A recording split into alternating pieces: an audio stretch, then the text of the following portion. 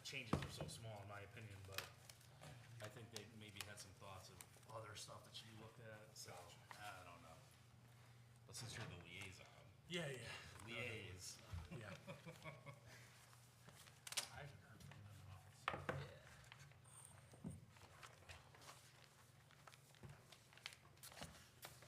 Did you get any indication from Babbage that she's not showing up? I have no idea if she's showing up or not. Okay. Only because she's first on the agenda, Yep. which is good. Should be last on the agenda. You gave us a second set of minutes, same? One I have from the package. There was one on our desk? If there was one on the desk, Shane just laid it out extra, but yeah, there's no change in those.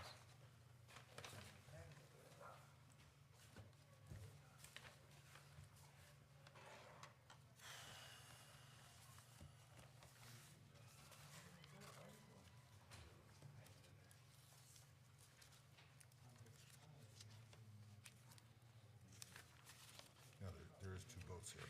What's that? There is two boats at our docks. Yeah, I know. Well, she was told not to put any on, I know. All right, it's approximately 7:02. I'd like to call the Inland Wetlands Watercourse Commission dated June 12th, 2024 to order.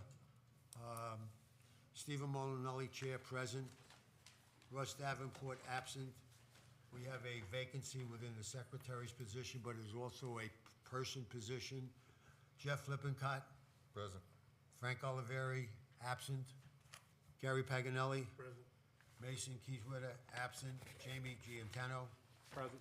Mac Clausen. Present. Thank you. Next order of business is the approval of minutes.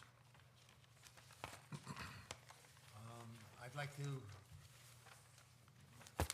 make reference to the minutes, and if everybody concurs with me, then we'll make a motion to change the minutes in the meeting, for next month's meeting.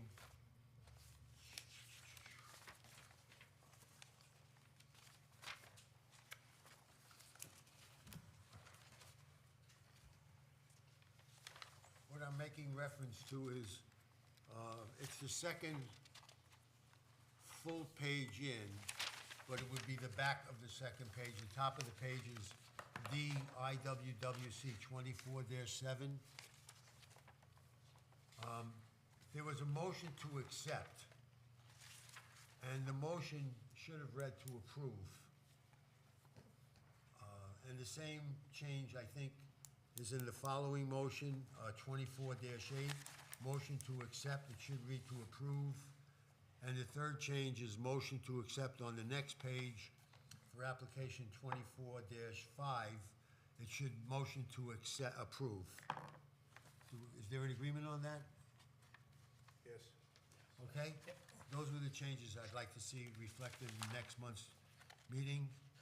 I didn't see any other changes that I came to mind. So I'll make a motion to accept the minutes for the Wetlands meeting dated May 15th with the changes noted previously. Is there a second? Second. Gary Paganelli, all those in favor of the changes and the approval? It's unanimous. Thank you.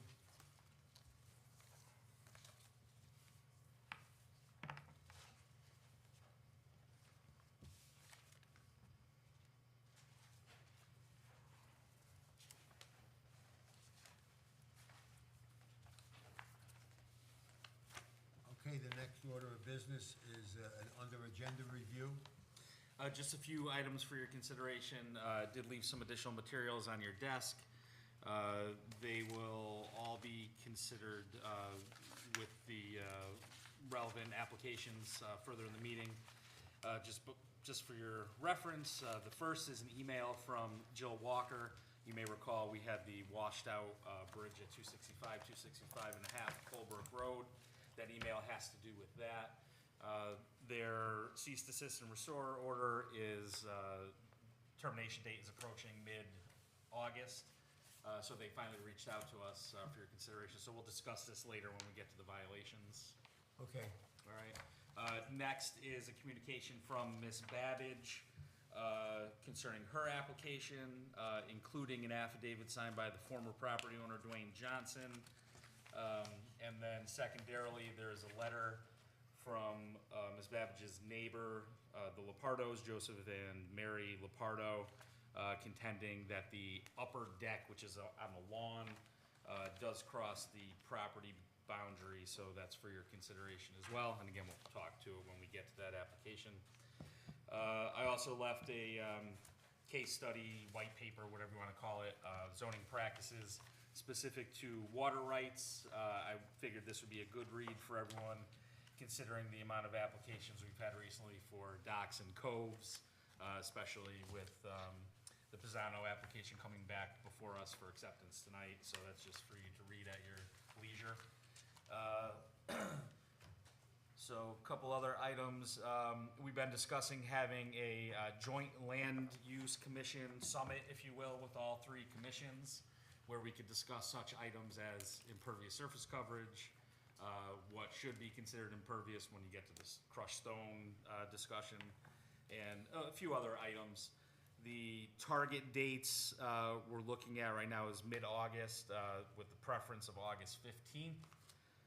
If that doesn't work for enough people, we could look at August 14th. So just check your calendars and maybe email me individually and let me know what your preferred dates would be. We'll try to accommodate as many of the land use commissioners as What possible. day of the week are those days? 15th is a Thursday, 14th is the Wednesday. But 15th is of higher preference. So 15th is the preferred date. Correct. And just one other note on the docks and coves. I emailed out on the land use listserv a couple of questions about potentially getting a master survey, for lack of a better term, in coves to assist the commission and applicants, recognizing that oftentimes when we get neighboring surveys in, the littoral boundaries don't exactly match, and there's a reason for that. There's a method where they have a set point in the water. Had an interesting discussion going back and forth with a gentleman who's got a lot of knowledge in this area, and I found one of his questions to me interesting, and I'll just float it out to you guys. The way he worded it was, would it be possible to create a private homeowners association? I don't agree with this, but a private homeowners association to oversee docks, floats, and moorings. Now, this goes back to a conversation, Steve, you and I had with Nelligan on different matters. But if you recall, he mentioned that at some point we might want to think about a different process specific to docks and floats and moorings outside of the full wetlands application process. And I just bring this up because I thought it might be an interesting idea for us to think about inviting the Highland Lake Watershed Association to see what their interest might be in getting involved in that process, if you guys were looking to offload any of the work that we have here. So just for discussion, for thoughts, we don't have to get into it at this point, but I wanted to share it with you. And that's all I have under agenda review. I thought of something as you were speaking, and I lost my train of thought. Sorry, I ran out. No. All right, Just one quick thing, interesting enough, I've done some work down at Lake Plymouth and down there. And when I went down there to build a dock a number of years ago, I called the Wetlands I Department. know what I wanted to ask. And it was our old wetlands guy, Scott Eisen, we're from Winston here. And I said, hey, Scott, I gotta build a dock, what's the permitting process? He goes, be honest with you, he goes, I don't handle that. He goes, it's the Lake Plymouth Lake Association that handles it completely. His exact words were, I don't think it's technically legal to do it that way, but it's been done that way forever, so, and if it ain't broke, don't fix it. But he thought, his opinion was that it had to come before the commission to get authorization for docks. But this was going back 6 or 8 years, I think. I mean, this isn't a full proposal. I'm Yeah, just saying no, if it's something we ever wanted to entertain, we'd obviously Yeah. have to run down all the legalities of it, but Yeah. yeah, just a thought. Going back to the thought you had, or you introduced regarding the cove method concept. Yes. And how it varies from application to application, is whoever you spoke to suggesting that somebody be employed to identify every cove in the lake and then create a schematic for that code, for that cove rather, so that every application would now have a uniform schematic that they must use, because we've accepted it as the gospel, so to speak, for that cove, So- rather than an individual creating his or her own schematic for whatever way they want it to come out, maybe. So the suggestion was actually mine Oh. to him. He stopped short of giving real legal advice. This is an attorney. So, you know, he said, without you being a client, I can't, you know, all that business. Pay But, him, pay you him, know, pay him. yeah, just pay right out of pocket, make it They easier. have the information. But, you know, I've been thinking about it a little bit. I'm not sure exactly how that would work, because, you know, we would give an advantage almost to folks who live in a cove if we presented them with what those lines should be. So, you know, it could be either get an independent surveyor that we could pay for out of wetlands funds. Funds are available to maybe determine what the set point should be and give the latitude and longitude to the folks so they can produce their own. Or if we did have them actually produce all these lines for us, it would be our survey, and then when we get applications with their survey, you know, hope it matches, but if it doesn't, you know, so just an idea to sort of talk through. Okay, and the last item under addendum review is, I'd like to make, you know, a thought that we don't begin any new business after 10:15 this evening. It's reasonable? Okay. All right, thank you. Public hearings, we have none. Under old business application IWWC 24-6, the applicant is Michelle Babbage. I don't see Michelle in the audience. What's her time limit in terms of when she? No extension yet, so the review period ends on the 21st of this month. We could simply table it for now, perhaps she'll show later in the evening. But if not, I would reach out to her and ask if she either wanted an extension or find out what her desire is on how to move forward with this. Is there any preference on the part of the committee, whether we want to table it or just ask her to tell us what she wants to do? Well, she'll come up with the, under the violations section too, right? Eventually she will, At yeah. the end of the meeting Yeah, tonight? we could I discuss think that that'd probably be a further. good idea, good time to discuss the letter that Yeah, she sent us as opposed Okay. to, All right, next order of business is, Need a motion on that? do we need a motion? I don't, to table it, well, Or we to could make continue? one just for oh, go ahead. safety's sake. Motion to continue IWWC 24-6, 139 West Wakefield Boulevard, dock permit to match ownership. Second. all those in favor? It was, you get it? Matt and Gary, okay. Next order of business is IWWC 24-9. The applicant is Jonathan Knowles. The address is 504 West Wakefield Boulevard. The proposal is to add a swim raft and a mooring buoy.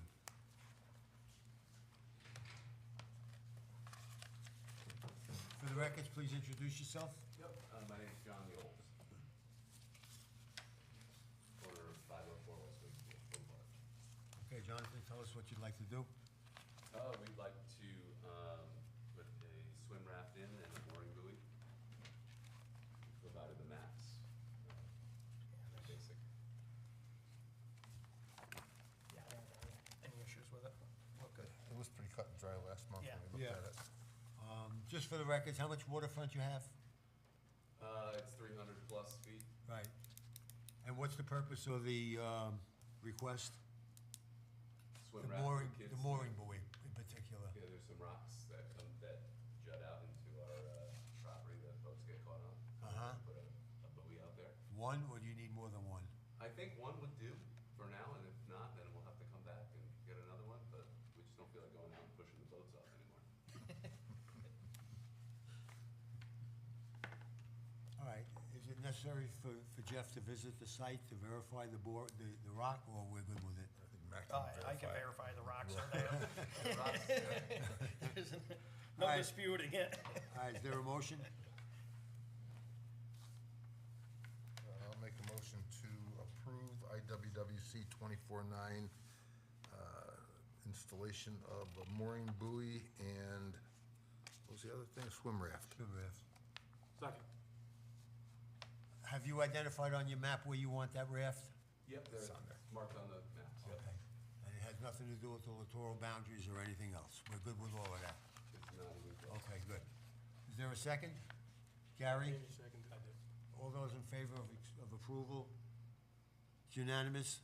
Thank you very much. Thank you, guys. Is there anything else I need to do? Tell him when you're ready to do it. We're ready to do it? I figured as much. Let's go home now. Thank you, guys. very much. Take care. Appreciate it. Yeah, a couple hours of daylight left. We'll be in by the time I get home. Okay, next order of business is IWWC 24-10, John Mills on behalf of the Sandy Drive 3 LLC. The location is 240 Kingsbury Avenue, and the proposal is to put a new home there. Hello, Mr. Chairman. My name is Peter Diadio. I'm the manager of Sandy Drive 3. I have with me our wetland scientist, William Jackson. Just give me a moment to put up our, What was Mr. Jackson's title? he's our wetland scientist. Wetland scientist, okay.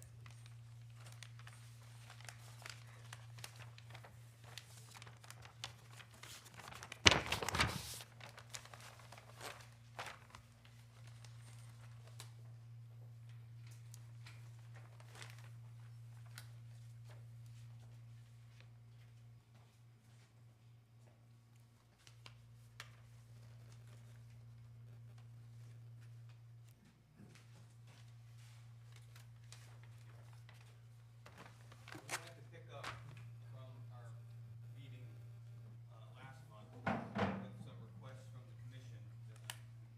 I delivered the plans today so that they would be, you'd have a chance to look at them. But if I could only just point out, there was a request because of your regulation was concerned about area that could not be counted as far as lot coverage. And part of that area was a wetland, should be removed from area, as calculating of lot coverage. And part of that area was rights of way. And so we had our engineer, Alan Von Giovanni, calculate those areas. There's approximately 3,700 square feet of wetlands, and there's 10,000 square feet of area that's for rights of way. And this delineation is the area, it's still all one lot, but this is the delineation of the area that would be calculated for area, lot area. And we went over this with Jeffrey Green, back and forth with my attorney, and the town attorney, Nelligan, confirmed that that was what the regulation says, and that's how we should depict it. So what we did was, we added it to the calculation of impervious area in the table that existed prior, which basically recalculates the impervious area to 6.5% and has 25,000 square feet of lot area. Even though the lot area is 39,000 square feet, only 25,000 of that is counting towards the area calculation. But in addition to that, we placed a table over here so it would be clear in case there would be no clouds on what is counted as far as impervious area. And what is counted is our impervious area. There happens to be my neighbor's shed is on the lot, my neighbor's driveway is on the lot, which is part of impervious area. And of course, the new proposed house is on the lot. And the compensation for the house, as you can see in the plan, is the rain garden that will treat any water that is lands on the house and goes into the rain gardens and treats it before it goes into the wetlands. I'd like you to keep in mind that the site does slope down gradient towards the lake, and our improvements are sloped away from the wetlands. So the natural boundary and actual the grade moves away from the wetlands, so the wetlands are completely protected. And I'd like to point out, I'd like to go to page 2 for a minute. Let's strap that together. I just thought about that.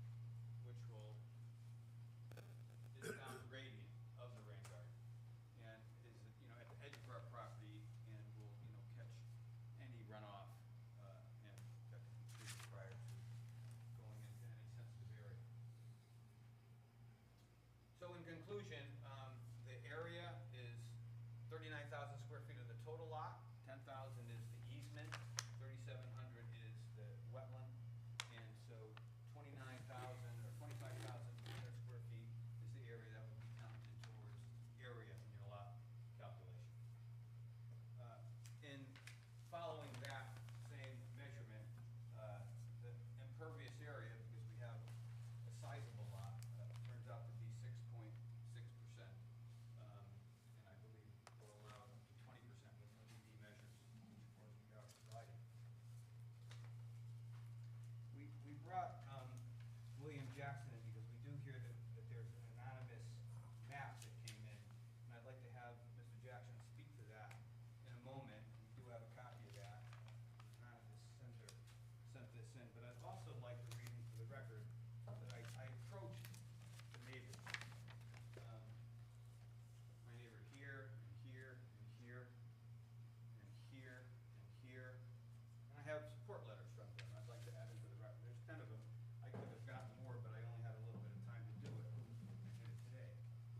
So, this letter regarding the Winstead Zoning Board of Appeals and the Wetland Agency regarding 24 and 240 Kingsbury Avenue.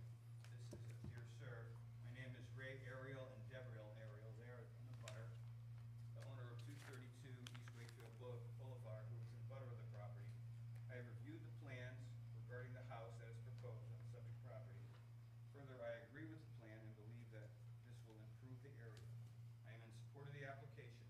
We encourage the commission to grant the request for a wetlands permit and a special permit if requested. How specifically do they know what your plan is? Exactly, I've sat with them, I've met with them on site, they've seen the plan, they exactly know. They live right here, their house, their shed's on my lot. My mother-in-law lived there for years. I know their daughter, when she was born, she's 16 years old now. I met with them today. Ray Ariel has gone over the plan with me a number of times, and his wife did so again as well today. So here's another letter. It's very similar. The topping is the same regarding, because I use the same form, but it's from Rich Spezignale, the owner of 245 Kingsbury Avenue, who is the abutter of the subject property. And he also states, I have reviewed the plan regarding the house as proposed on the subject property. Further, I agree with the plan, and I believe that this plan will improve the area. I support the application and encourage the commission to grant the request. Now, I just would like you to understand where this owner is. He lives here. He's on Kingsbury Road. I don't think he lives there. I think he's got a building there. That's right. Right. He doesn't live there night and day because he lives somewhere else on the lake. Okay. But, I mean, his property resides here. So, excuse me, I don't mean to misspeak. That's, Have you seen the anonymous letter? I did. Well, I saw the map. Okay. Here it is. Any idea where that came from? Well, maybe there's a disgruntled person.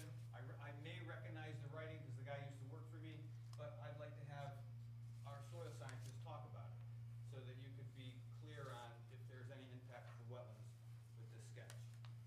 Okay. If you don't mind, I just want to get these into Sure. the record, then we can talk about that.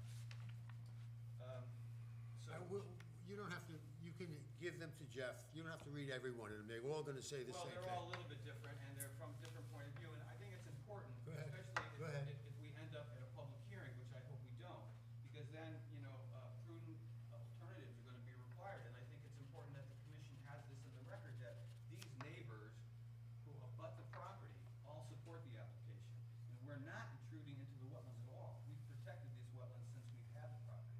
Are there any other neighbors other than the ones you have that could be affected by a public hearing? Well, I've met with this gal, she thinks it's great. I've met with these people, they said they'll support me. I don't know anyone that would disagree with the plan.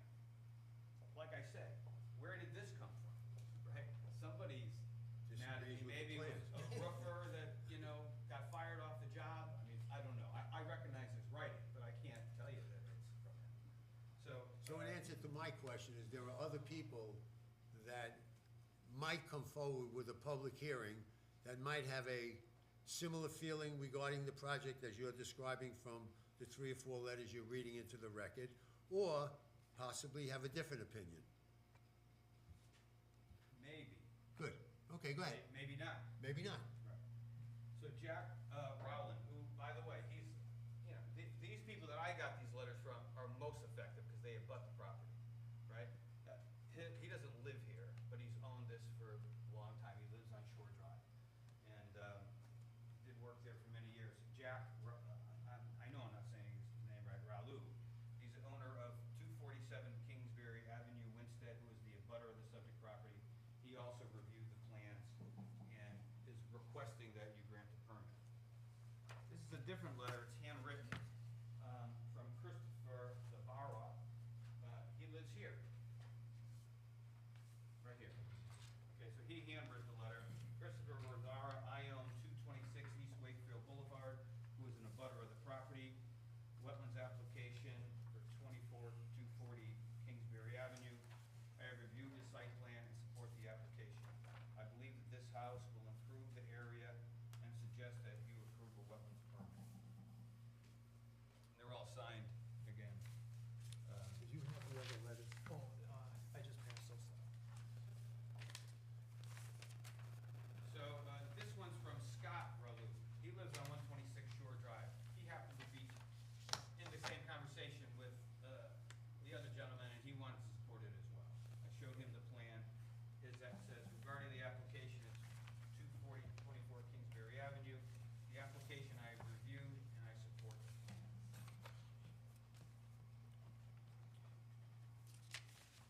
So this is from Paul Garrett.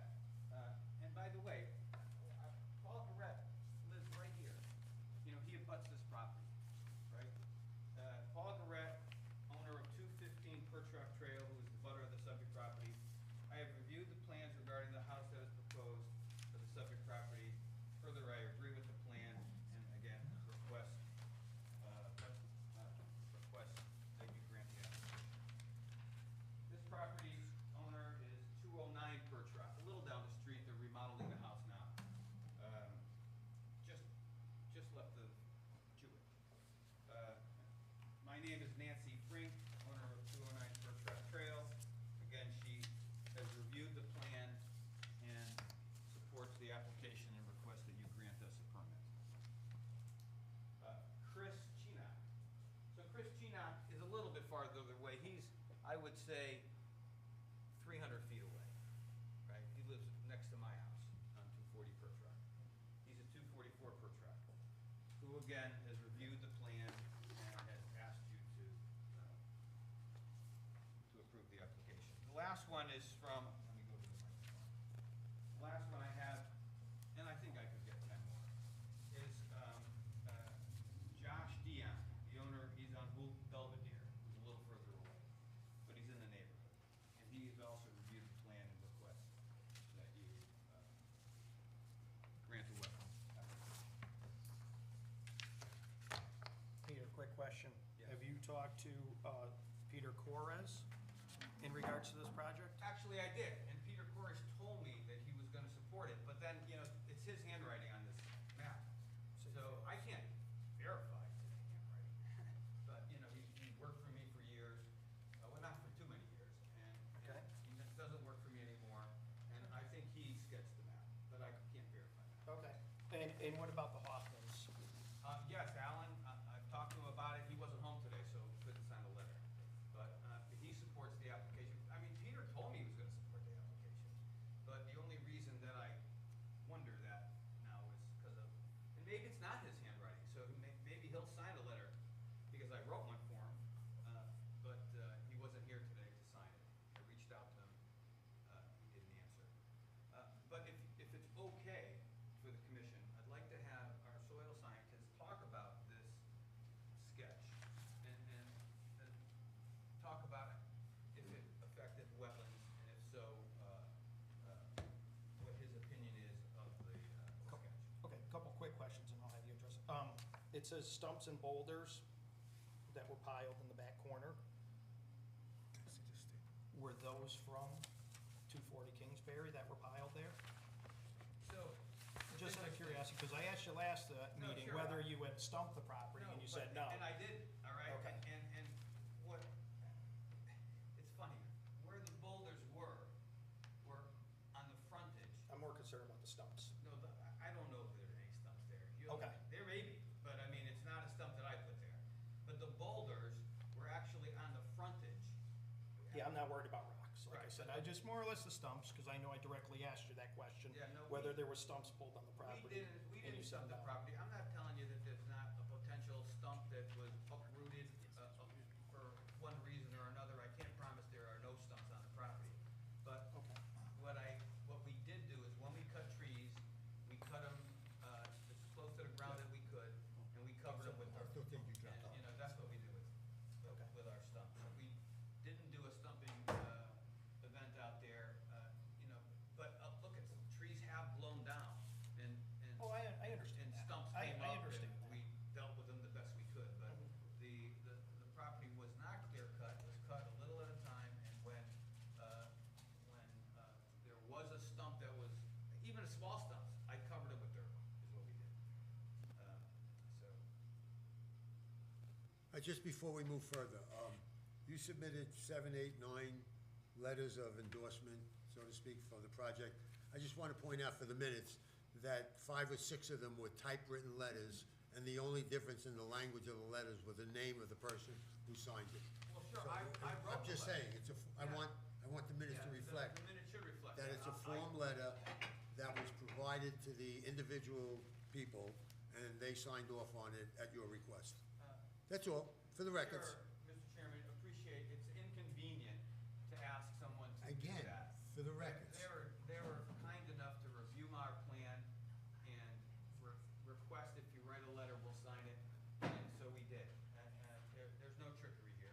I'm not inferring anything, I just want the minutes to Sometimes be they wrote accurate. their own letter simply because, you know, I wasn't in a position to go type it and go back and see it, so they hand wrote a letter, which you can see, I think 2 or 3 of them are handled that. You want to address this now?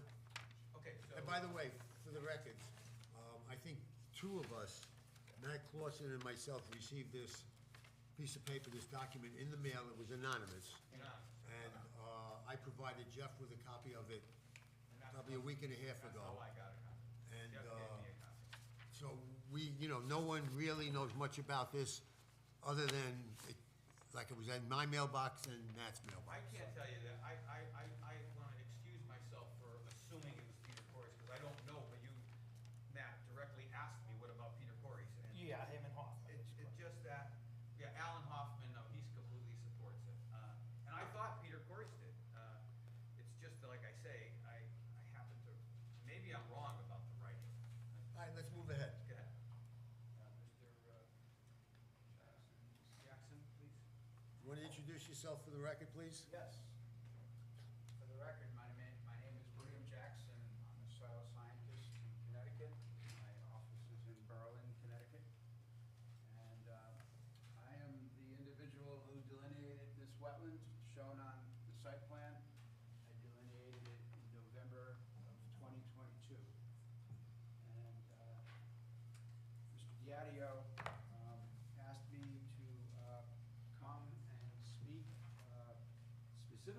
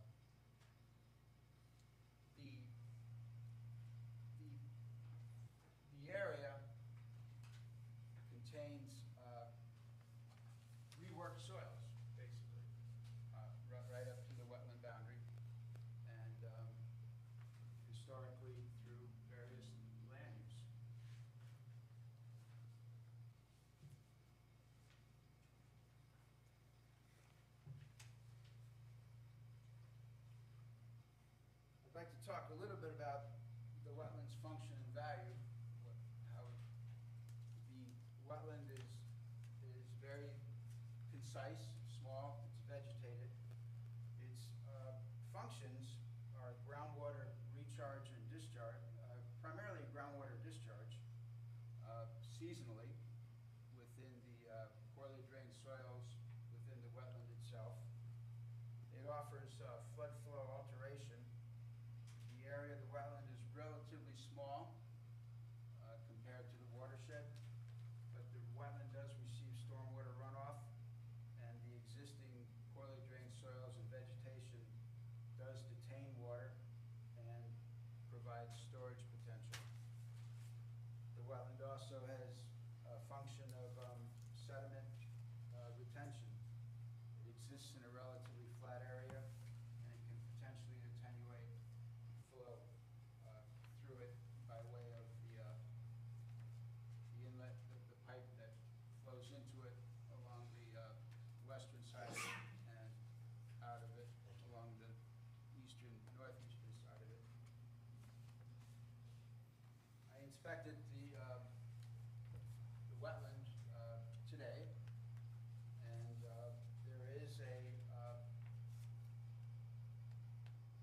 there is stone along the wetland boundary. There is crushed stone, and that stone was there in 2022, in November of 2022, when I originally delineated the wetland. And the stone is, the wetland flags are up against that stone. And I understand from Mr. Diadio that this was a historic walking path that was, that he improved.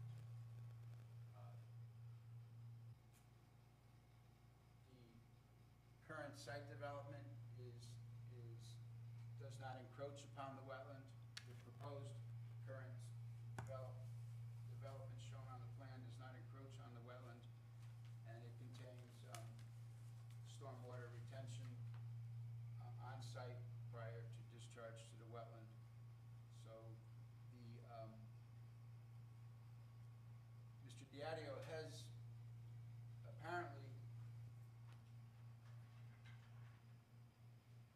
delineated the wetland boundary in 2008, and according to Mr. Diadio, the wetland boundary has been marked and respected, and simply improvements have been made adjacent to the wetland.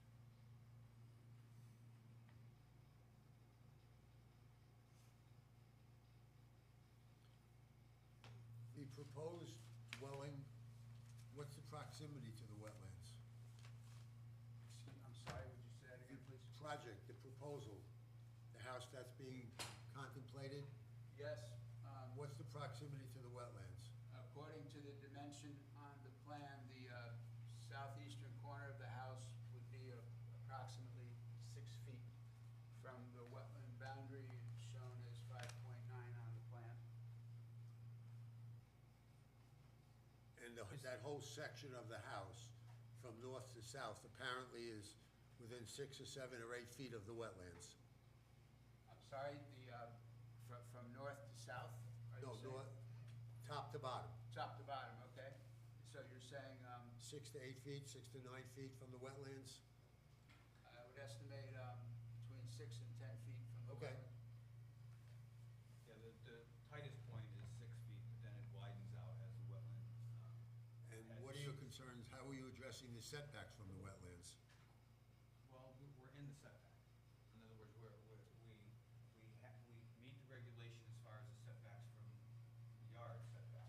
But, you know, the wetland setback is 75 feet. This is a wetlands commission, so, 100 feet. Yeah, so I mean, we're in the wetland setback area where we wanna build in the uplands. And, that's why we're here for a permit, because we want to work within that, upland area. And understanding that the wetlands need to be protected, we're gonna protect it completely and use all our efforts to keep everything out of the wetlands. And as we've protected the wetlands since 2008, we'll continue to protect it. But we need the, upland review area to accommodate the home.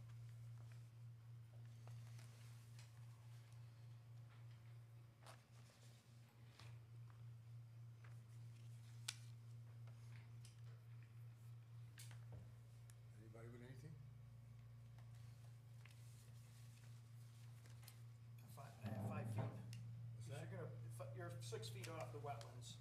And at the closest spot, that's Yeah, right. so you literally, I mean, digging that corner is gonna be a little difficult. To stake it out with silt fence and get an excavator in there and dig right there. Yes, we'll have to be careful and put double hay bales, and as you can see on the erosion and sediment control plan, you know, we have, double rolls. We'll have to, be tender there, but we will be. We've worked in and around wetlands for years, so we do understand that we need to be sensitive to it. The lots in these areas, as you can see, all of the lots in these areas are very close to each other. And, side yards and neighboring properties are tight. Fortunately, we have 39,000 square feet, so we're able to have a little bit of breathing room. But that's the only, as far as, a feasible and proven alternative, there's no other place to put the house. But, obviously you have a footprint of 1,500 square feet with the house 30 by 50, which is a good-sized house for the neighborhood.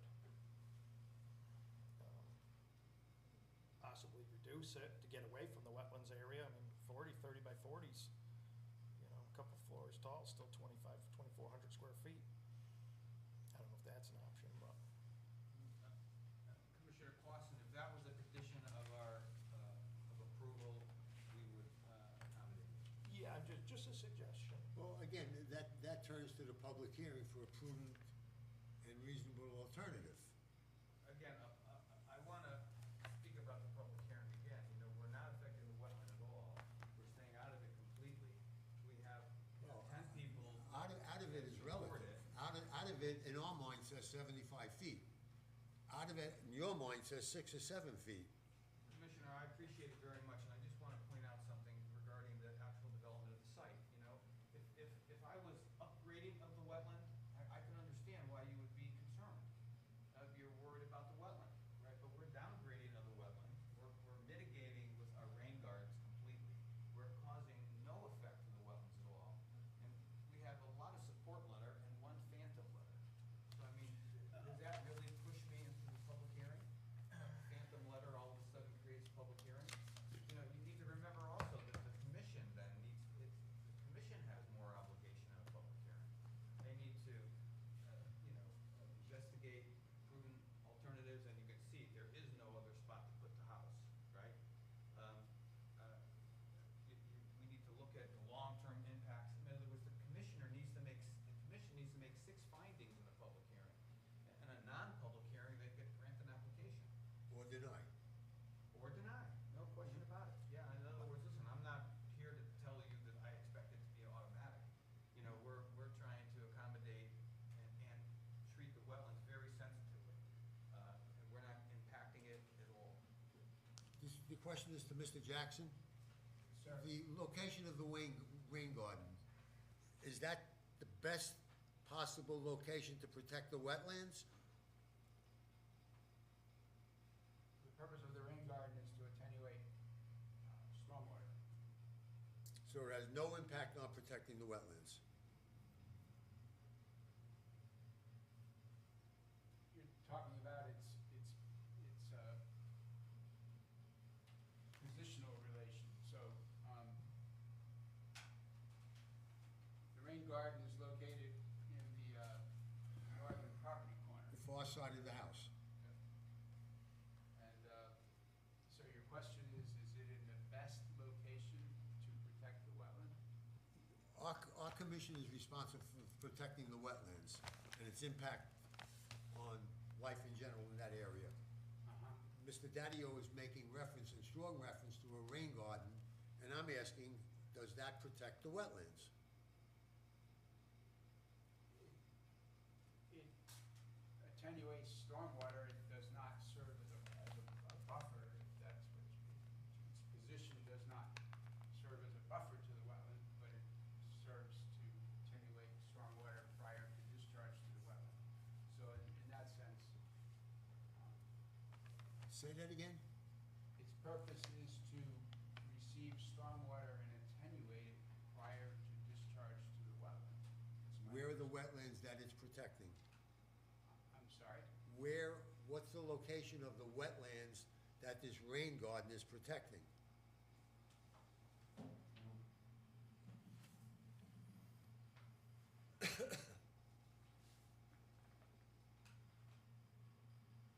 So it has it has a proposed overland flow, overland relief, in the, along the northeastern property corner, and that flows towards the wetland. I thought Mr. Daddio said that the topography of that land goes down from East Wakefield Boulevard to Perch Rock Trail. The slope is downward. So the wetlands, based on what I understood him saying, is in elevation higher Let in me, topography than let me lower. help, Chairman, let me help, okay? So the edge of the. Just, Mr. Daddio, just so you're aware, he's the expert. Okay. And that's, that's why I'm asking. I thought you were asking about elevation. No, I'm talking about the wetlands and the rain gardens and how it's protecting the wetlands in question.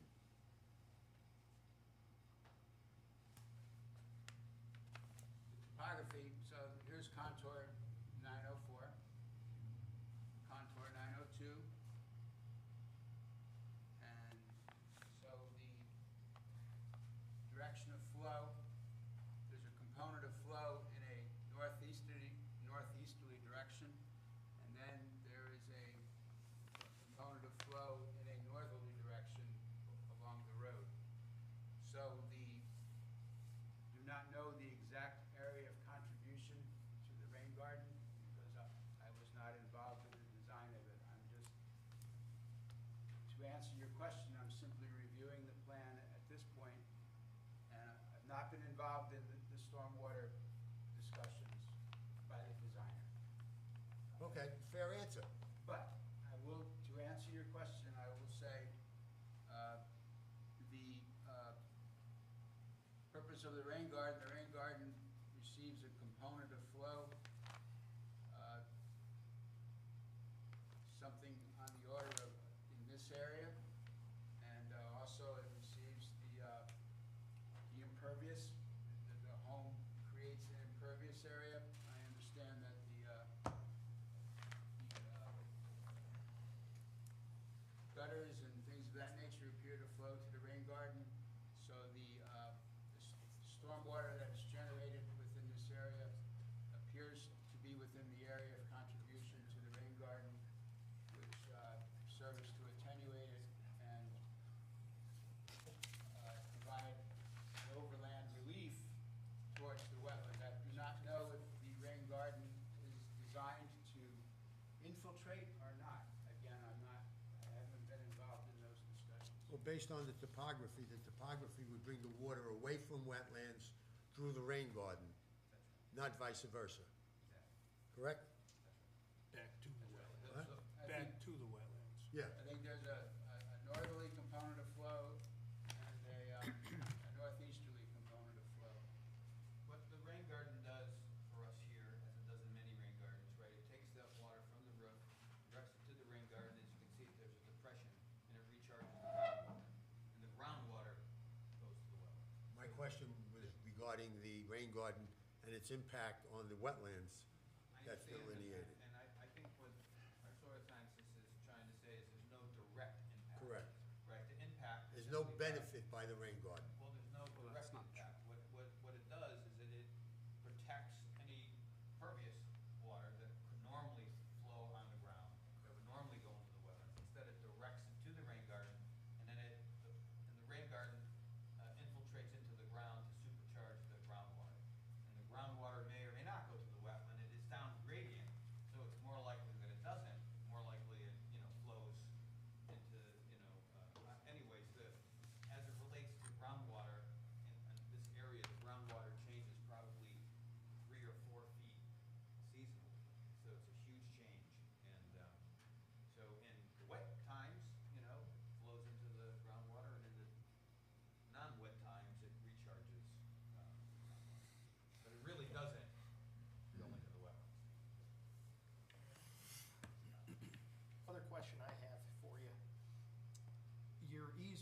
16,769 square feet.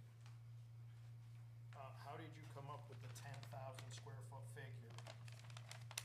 Well, we were asked by staff, after a council with Attorney Nelson, that this area should be the area that is not included as the area for lot coverage. So that's what we calculated, this area. So was there a zoning change to grant you this 6,769 square feet? I don't need a zoning change, I own the whole road. I understand that, but our zoning regulations are very clear. An easement cannot be used towards your calculations. Not, it doesn't say, Anyways, Matt, it was not my determination, it came from staff and from their attorney. I'll gladly calculate the whole road. and mean, I think doesn't it won't affect- hurt you, it but I doesn't just, affect it at I all. don't think it will based on your numbers, You but see, in other the words, precedence. Hang on, one at a time. The precedence is there. Without a zoning change to that, our regulations say you cannot calculate an easement. It doesn't say that you can say 6,000 isn't an easement. It's still an easement in the zoning unless you get that changed. And I don't think it'll hurt you. Matt, it won't, and I have no problem. But that's what I just followed staff and the attorney's direction, because there is no access here. I understand that. And I know that. That's the conversation. They said, well, there's no access here, but access is here. But it's so still an that's easement. where you need to calculate it, and that's what we did. If we took out 6,000 square feet, it doesn't make it any difference. It probably won't, but just to keep Actually, things consistent, It makes it may move the needle on the impervious area a little about bit. 10%. I already But- calculated it. But Yep. But still. still fits us, and we're glad to do that if that's what you. That's me personally, I don't think any of us have that authority unless you sit before planning and zoning and get this easement adjusted to say that it's not an easement anymore. Honestly, Matt, it's not even planning and zoning, I can't remove the easement, it's from an old map dated Well, 1939. then we have to go back to our zoning regulations, which say you cannot calculate an easement. It's black and white. But again, I don't think it'll penalize you, but I don't wanna get into the, set that precedence, me personally. That's something that we gladly will do if that's what you think is. And I don't think Attorney Nelligan has the right to do that also. I think he was just interpreting the zoning regulation as to what he thought it said. So, again, I left it to Jeff, I left it to my attorney, and I left it to Nelligan, and Nelligan came back with a response, and then that's what came up with this plan. So, if you'd like us to remove this area out of the calculation, we could. My thought, I mean, obviously. I think it makes us more transparent if we ask you to remove it in your calculations, because if we're aware of it and the ordinance speaks to that language, then we're obligated to ask you to remove it. That's not a problem, Chairman, we'll be glad to do that. Very good. Jeff, anything? Just that I'm gonna add that as a discussion point for the summit meeting, for the group land use Yeah. discussions. Yeah. Just, Good. anything we come up with, we should Yeah. talk. Gary, anything? No. Any feelings about the project other than what Matt brought up and my issue with the proximity to the wetlands? I don't have a problem with proximity to the wetlands as far as excavating or anything like that. Matt's issue is probably the only big concern that's on the table. I don't have any concerns. Jeff, you good? Well, it'd be good to have that on the map. Yeah. We could have that if you want to make a condition of approval on that, we could. That, and, All right. I also think we need a public hearing, but I we can agree with discuss that. Yeah, I agree. bring that up later if you want, or how you wanna do it. Jeff brought up the issue that a public hearing might be beneficial for us to hear what the neighborhood, so to speak, says. I think you've been very comprehensive and picked out a lot of people who would be impacted on your project. All the abutters. Then the public hearing would probably be over in 5 minutes, because everybody would submit these letters, and there'd be nobody contesting it, and we'd be comfortable about that. But do we want a public hearing for interest or approve an alternative? Yeah, I think it'd be more for public interest. but also, and that gives you a month to readjust the maps here. And again, if there's nobody that objects to it, obviously, should be pretty cut and dry. I think what Matt is saying is that if we ask for a public hearing for next month, you have responsibilities with regarding the public hearing. We can close the public hearing, and if you've met the request that Matt has made that we support, then we can move ahead and take a vote at the close, not at the close of the public hearing, but in your agenda order, so to speak, of the public hearing, and you wouldn't lose any time if that's a concern of yours. Well, of course, time's a concern. Again, Mr. Chairman, this commission will decide whether we're gonna have a public hearing or not. I'd rather not, but if the commission thinks it's important, certainly we'll accommodate that. Do we have consensus for the public hearing? Jeff, Matt? Yeah, Amy? All right, so we're gonna ask for a public hearing, for public interest, and,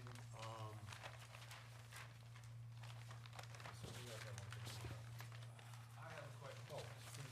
the question I have of Jeff and Matt and Gary more technically, do we need this to be reviewed by an independent engineer? I don't believe so. I don't believe so either with that. I Just think, Putting it out there. Okay, I have a question for the commission, Sure. because we've talked about a couple things here, and I told them I want to accommodate you, but I'm unclear exactly what I'm trying to accommodate. One thing that I'm sure of is that you want to recalculate the road, be out of the calculation for area. correct. Yeah, it's an easement. It goes from Wakefield Boulevard to Perch Rock Trail. Is that the only thing that you want me to correct on that plan? I think that's, That's it on that Yeah. line. All right, that's fine, so I just want to make sure I have the right plan for the next meeting. And I'll, of course, provide it to Jeff early, as early Yeah, as I can. yeah. So that, we. preferably a week or so before, so we don't get it the night of the meeting to Well, review. We had to do some changes that, I wasn't aware of until 2 days ago. It took some time for staff and attorney to work through it, so, yeah. So that's, why it was so early, okay, but my guy jumped right on it. I thought he was gonna have it done yesterday, but I told him it was Thursday, even though I said 10, 12 Thursday, but it's Wednesday, so, And also, let's not forget, we're a week early this month. Oh, that's right. So, you know, everything kind of got thrown off. okay, so I'll have that one change, and, and a public hearing notification, so letters have to go out. That's, and Jeff, And you you'll can- let them know. Yeah. And you can work with Jeff on the logistics of that. Shane will get you your abutters list, which you seem to be aware of anyway. what's the radius? I want to say it's 100? At least 100, yeah. Yeah, but she'll work that up for you. Okay. Well, thank you very much. Okay. Anything else from my wetlands expert? You're expert? Okay. Not as far as I'm concerned as of now. Is there a motion to continue application 24-10, John Mills on behalf of Sandy Drive 3 LLC at 240 Kingsbury Avenue? I'll second it. Okay, all those in favor of continuing it? See you next month? Thank you very much. Thank I'm you. sorry, just point of order, did you guys take a vote on setting the public hearing? Or was it just We did, discussed? yeah. Okay. Okay, did we make a motion? No, I don't we did. recall the motion. I'd like to make a motion that we have established a public hearing for application 24-10. The location is 240 Kingsborough Avenue, and it's for public interest. All those in favor of the public hearing? That's unanimous. Thank you, Jeff. Thank you.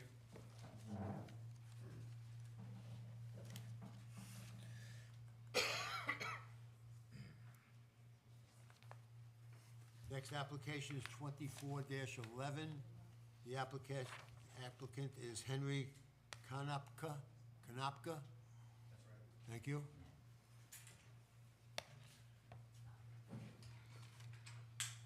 And the project is located at 230 Spencer Hill Road, and it's the construction of a single-family home and a driveway.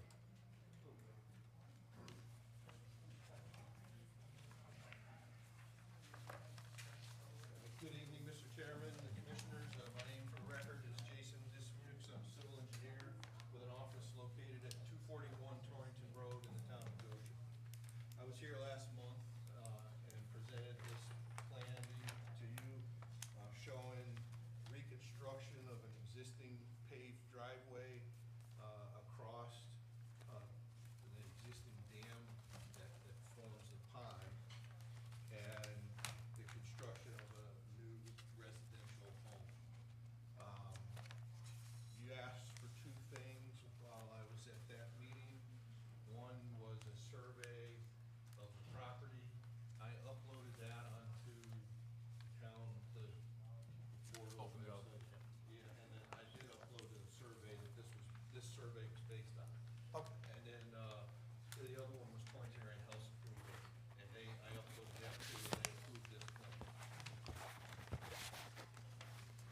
letters?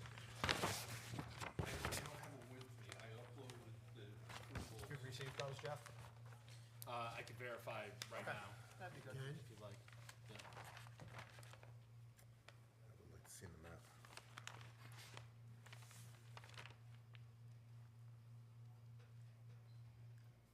I also sent the plan to Public Works Director, Jim Rollins, just to have him look at the driveway, and we agreed that the driveway meets the town's driveway regulations. Okay. And he would also agreed that, you know, the owner could gravel the flatter portion if he so chose, but he would obviously have to pave the steep portion of the driveway.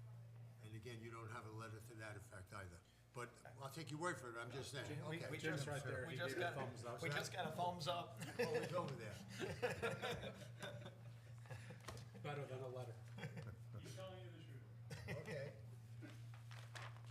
You should have an email. I should, I agree. No, I mean, I it's just can upload. for your protection and ours. Understood. Yeah.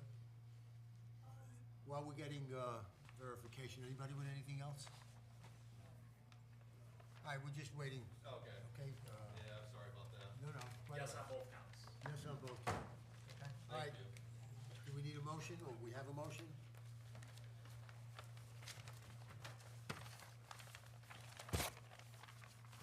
I'll make a motion to approve IWWC 24-11, 230 Spencer Hill Road, construction of a single-family home and driveway improvements. I'll second it. Any conditions? No, we probably should talk about a bond, right? Yeah, probably Yeah, have to some a kind of. bond? Gary? I know, it's only A lot of property, but a lot of property, but not a lot. no one there. $5,000. $5,000 bond, good? You're going across the dam too, aren't you? Well, I mean, it's flat. The only thing that that I'm showing is silt fence along the face of the actual concrete wall, and then silt fence along this part of the driveway, and then around the rest of the disturbance. But, it's, the project is occurring in pretty much a flat area. Probably a $750,000 home, and if you do everything right, you'll get that money back. Thank you. And the other conditions that all the letters of endorsement would be attached to the approval. Oh, yeah. Jim Rollins and from, Yeah, I Public- was gonna ask, sorry, I stepped out, I don't know if it was brought up, but I did upload the new driveway regulations. Yeah. Did you get a chance to review I did, those? I And did. were any changes necessary based on those? And I sent it to Jim Oh, good, okay. as well. and he said, okay. Well, good. Is he back there? There he is. All right, is there a second to the motion? I second it. Okay, all those in favor of accepting, approval rather? Approve it. It's unanimous approval. All right, thank you very much. Thank you. Have a good evening. Post your bond and let us know when you're going to begin. Okay, we'll do.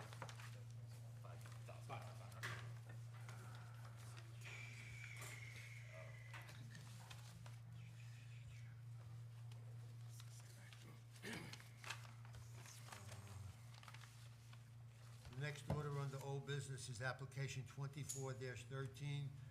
The applicant is Nicole Salvatore. The location is 148 Shore Drive.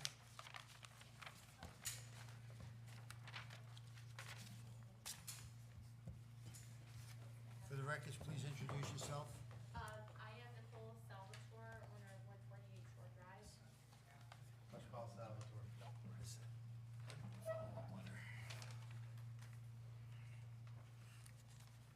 Okay, one of the concerns that we had last month was the pervious surface in the patio. And we asked that you provide us with a letter from an engineer talking about the construction, and we now have the letter. Correct. There's one in our packets too. Yeah. Sorry. Is this different? Is this different than the one in our packet? Yeah, that's a follow-up letter. Okay, here you go. So I have to be forthcoming. Last meeting, I thought we had the green light to go ahead as long as we had the letter and we hired a professional engineer to review and take us through the project. So we have completed the project, and we have the letters here to watch. So the second letter says that it was done properly? Correct, correct. Jeff is the one that brought it to our attention that we were incorrect.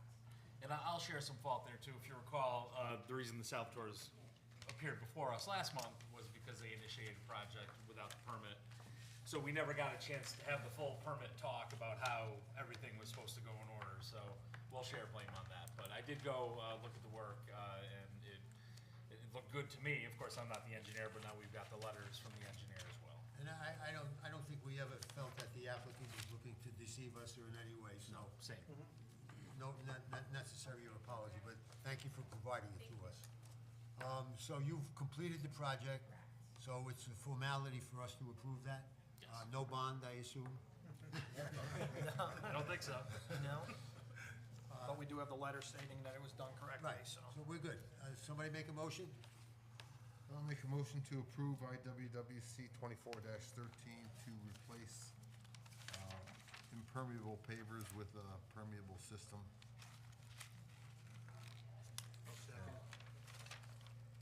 All those in favor of approval? Thank you very much. Thanks, guys. Thank you. Enjoy the patio. Thank you. You're welcome. Thank you. Okay, next order of business is 24-14, Tim Wiley for James and Lynn Brandolini at 272 Perch Rock Trail to enlarge deck.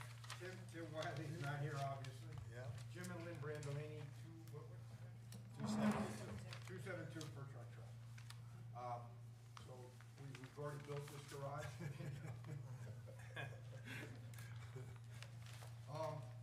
As you can see, we want to build a garage. I want to apologize, there was a little miscommunication between Tim Wiley and myself. The survey that you had last meeting was the wrong one. Spoke to Jeff, he said, get me the right one. You now have the correct survey. There was just a couple minor mistakes, particularly the deck that was built 2 years ago showed as proposed. So that was, it's been done. And that was approved. There's a copy of the building approval, and you should have. So, the new map, new survey shows the previously constructed deck. I just want to point out a couple of things in the impervious surface area. The 7343, if you look at the existing table, was prior to the deck, prior to the garage. That's how it was when we bought the house. The proposed is the reduction of the deck and the small corner of the garage. So the proposed includes the deck and the garage, if that makes any sense. And I also want to point out, and I know the rules, but we have a lot of loose stone gravel around this house, I believe. And it's got to be 4 or 5 inches of gravel, and it's loose gravel. I understand you classify that as impervious, but trust me when I tell you, the water doesn't run off 5 inches of gravel. So, and that's all calculated into impervious, when, I'm no expert in impervious, but it's not impervious. But that's all calculated. We have a mostly treed lot, as you can see, a lot of trees, we even plant more. One of the few houses that plant trees instead of cutting it down. We want to build a garage and an addition above that. But basically, I guess what you're concerned is the garage, because that falls within the wetlands.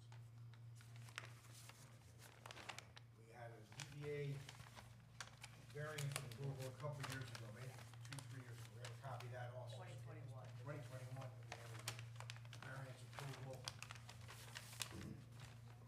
So right now, what's that? We had to go to wetlands. Yeah, well, it was a little. They had previously gone to wetlands first for some of the prior proposed, now built stuff.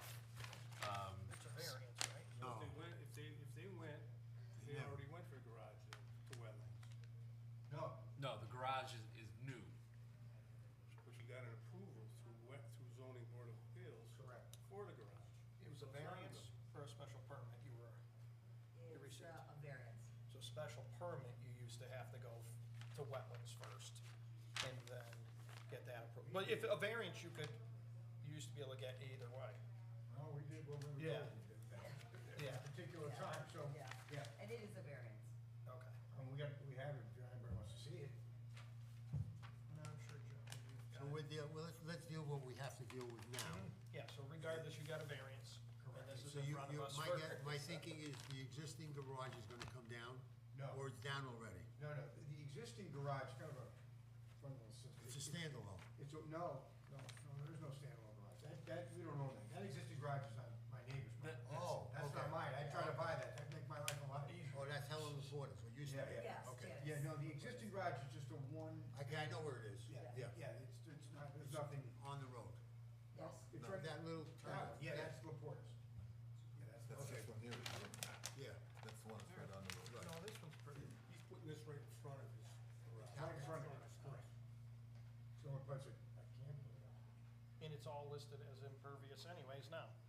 Well, it's loose ground. It's, I mean, well, it's- by our definition, it is I impervious. understand. And we just. So, I mean, the driveway is packed gravel, I get that, that's Yeah. impervious, but everything else. I understand, you get penalized because of our Correct. wording. Yeah, I understand that. Current wording. Current wording, yes, current wording. Come back next This is a month, perfect you'll be fine. example. Yeah. We should have waited, right? Yep.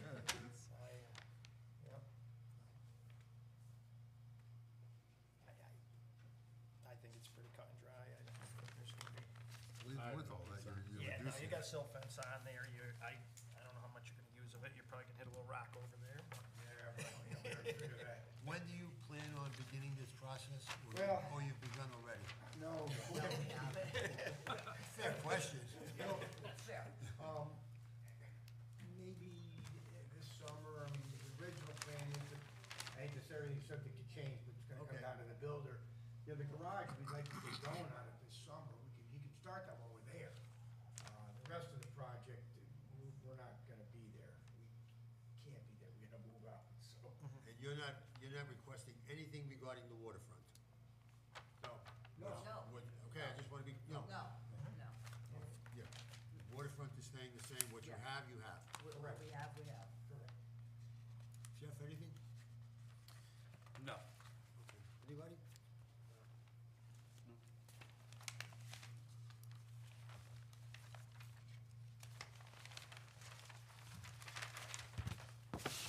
Matt, you good? I'm good. Somebody wanna make a motion? Motion to approve IWWC 24-14.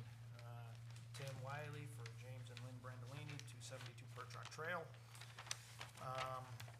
Enlarge deck, add a two-car garage with second-story addition, and add 130 square feet of covered sidewalk. Just a friendly amendment, if you will. Enlarged deck should have been stricken from the, yeah, that was. Enlarge deck was already completed with a building permit, Right. so. I'll second that. Do we need a bond? There's no work on the waterfront. Question, do we need a bond? Not going across the dam, What's that? and not going across the dam. I don't believe we need anything Okay. for it. Good one driving a stake in All here. those in favor of approval? Unanimous? Thank you very much. Thank you. Have a good night. You too, hope you're not here too late. Thanks, guys. And I did, Gary, I did add the, what the proper order of operations for board approval should be for our land use summit. Yeah, that's whom you heard. Yeah, I know currently we try to have them come through here first, but this was from 2 years ago, so I can't really comment on It's gonna be pretty nice. Previously, it was a special permit you used to have to go through wetlands, and then Yeah.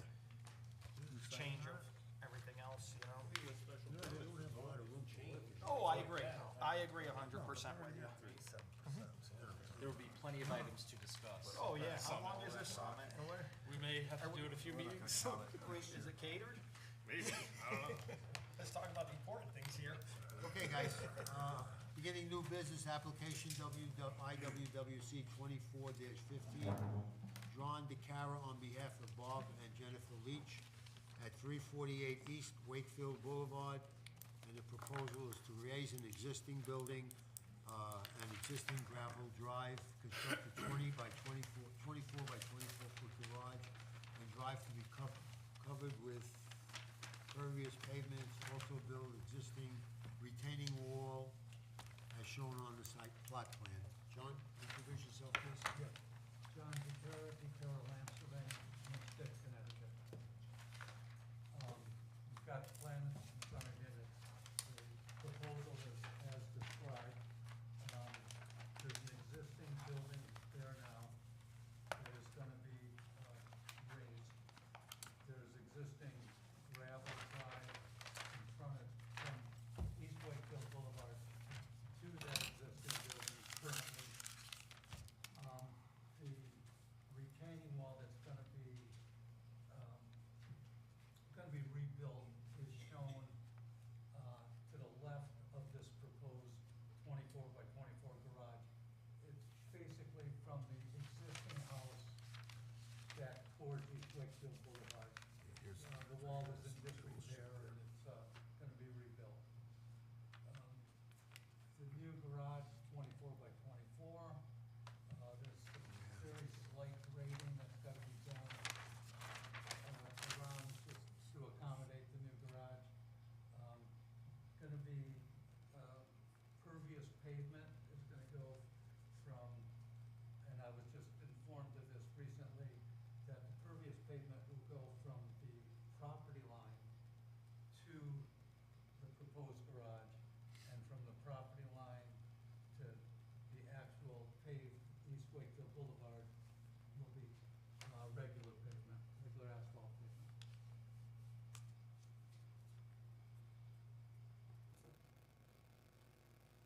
So if I understand you, from East Wakefield Boulevard, working your way toward the proposed garage, there's gonna be asphalt apron, the way you describe it?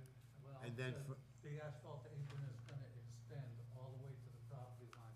This was something I've just been told, so then, for next meeting, we will have a revised map showing that from the edge of East Wakefield Boulevard to the property line will be asphalt pavement. How far back is that property line? It's- Is that solid? It's a good 12 feet. Oh. And that's gonna be asphalt? That's gonna be asphalt. On this, At the request of the town.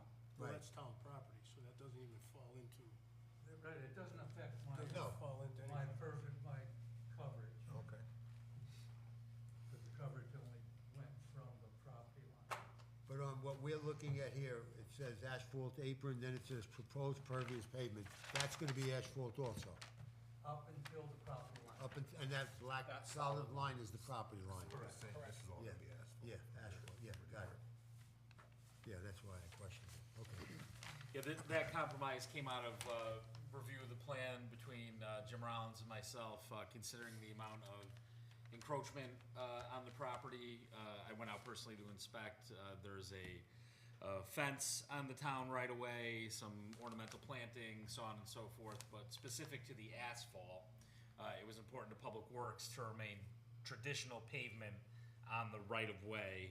So even though it's, with the roads a little out of skew there, if they ever need to dig it up, they're just dealing with regular asphalt, not the pervious kind. So it will be pervious once you meet the property line going back towards the new proposed Okay. garage. And talk to us about the retaining wall, John? It's just, right now it's in disrepair. It's gonna be replaced in the exact same spot at the same height. It's, nothing's gonna change other than it's gonna be rebuilt. And that's the wall looking at your survey to the That- left That goes towards away from the lake, and to the left of the buildings. to the left of the building. And how much of it? Um, It says portion, but is it the whole? From the steps that you can see coming down from the upper parking lot, the other asphalt parking up on top, from those steps back towards the road. So the steps you're referring to as a wooden Are- walkway? Are coming, the wooden walkway is yes, but then it's the bottom of it is concrete steps.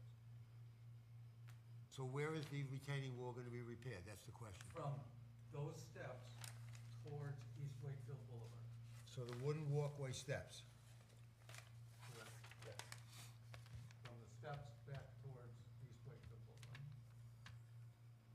I'm pushing for language. It's on the map, on the survey, it says wooden walkway. You keep using steps. Well, you can see where the wooden walkway stops and hits steps. Okay, so that's where we're talking about the same place. Yes, Okay. And toward the street. towards the street. Okay.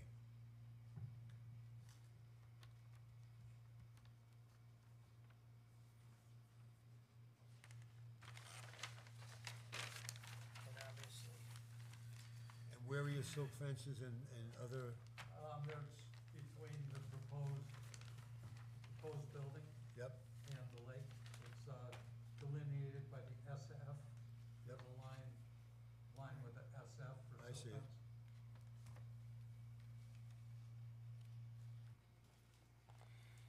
It's also defined under the soil erosion and sediment control narrative.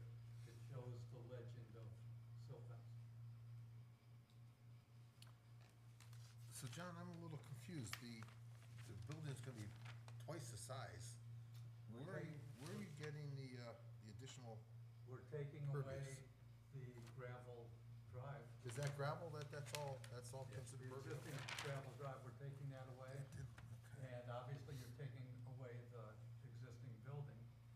Right, well, that's about I mean, half, it's it looks almost like. a wash, if I remember correctly. Yeah, within a 1%. 0.3%. yeah, come through 0.3%. Yeah, what sure. are you replacing the gravel driveway with? Pervious pavement. There's a driveway to the left of the property. This pad is shown as a passway. It's not on our property. We're not counting it as the previous, one up there on Kingsbury. That's a passway, that's access to properties out further. But that's not, all of the pavement, all of the coverage is within the property boundary. So the homeowner doesn't own that passway? No, sir. Okay. This looks like the only parking area that he actually owns.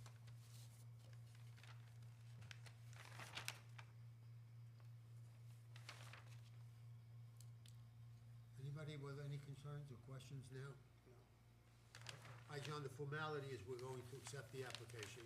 You're gonna make the changes that you talked about, so that, and you'll have them to Jeff well before next month's meeting, so we have them. Certainly. Okay, very good.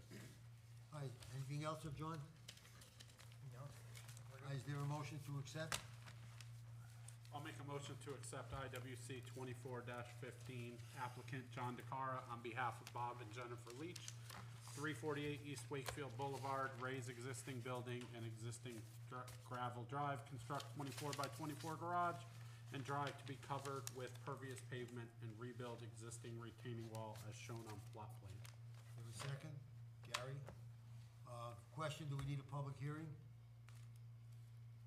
No, I don't think so. I don't think so.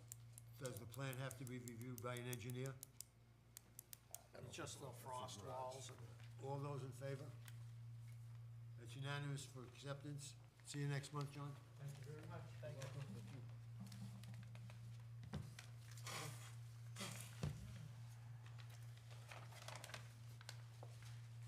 Hello, George. Next applicant is 24-18.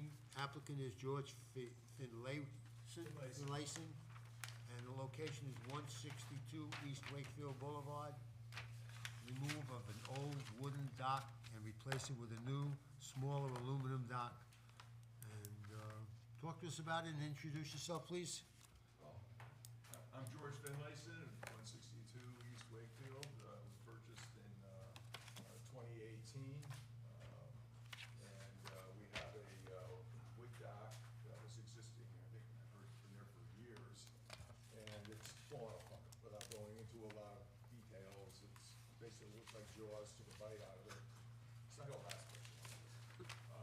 The dock is a little over 5 feet wide, runs 40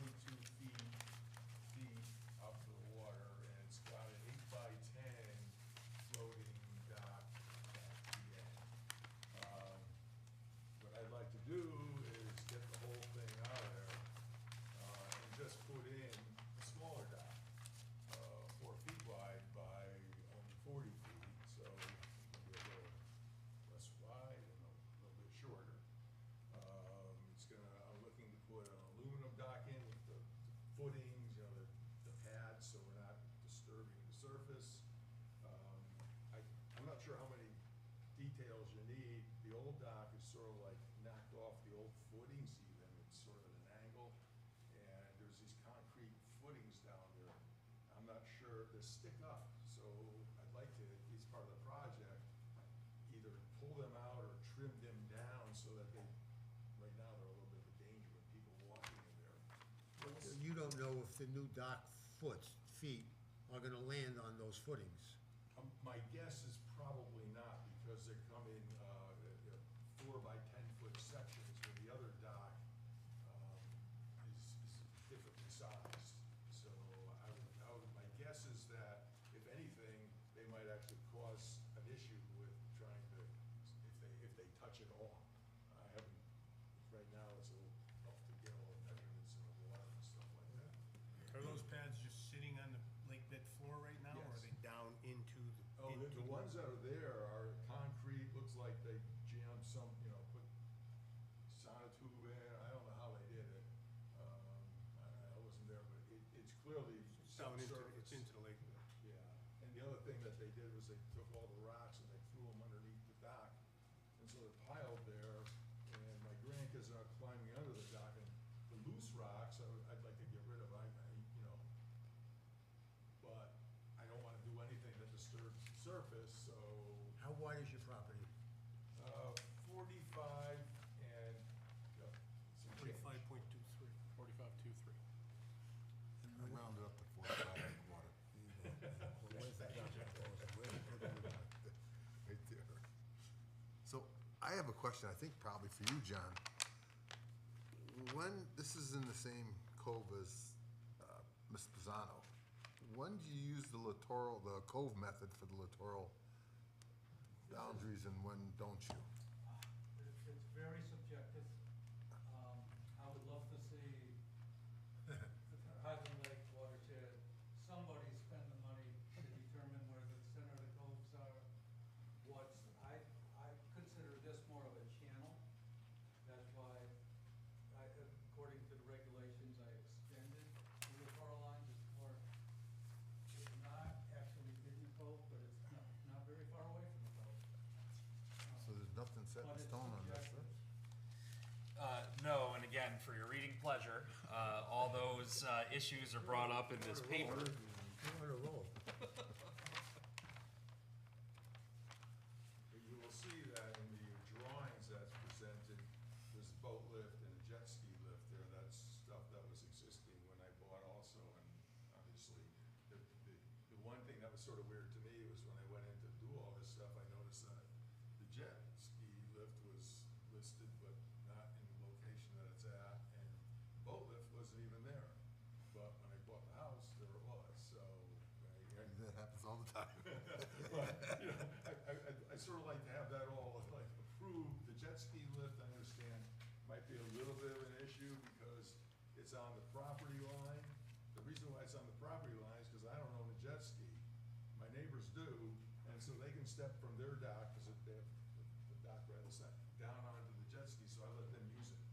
So if you guys don't want it or want me to do something, if that's gonna be a problem, I don't know. Well, let's go back and try to clear this up to your benefit.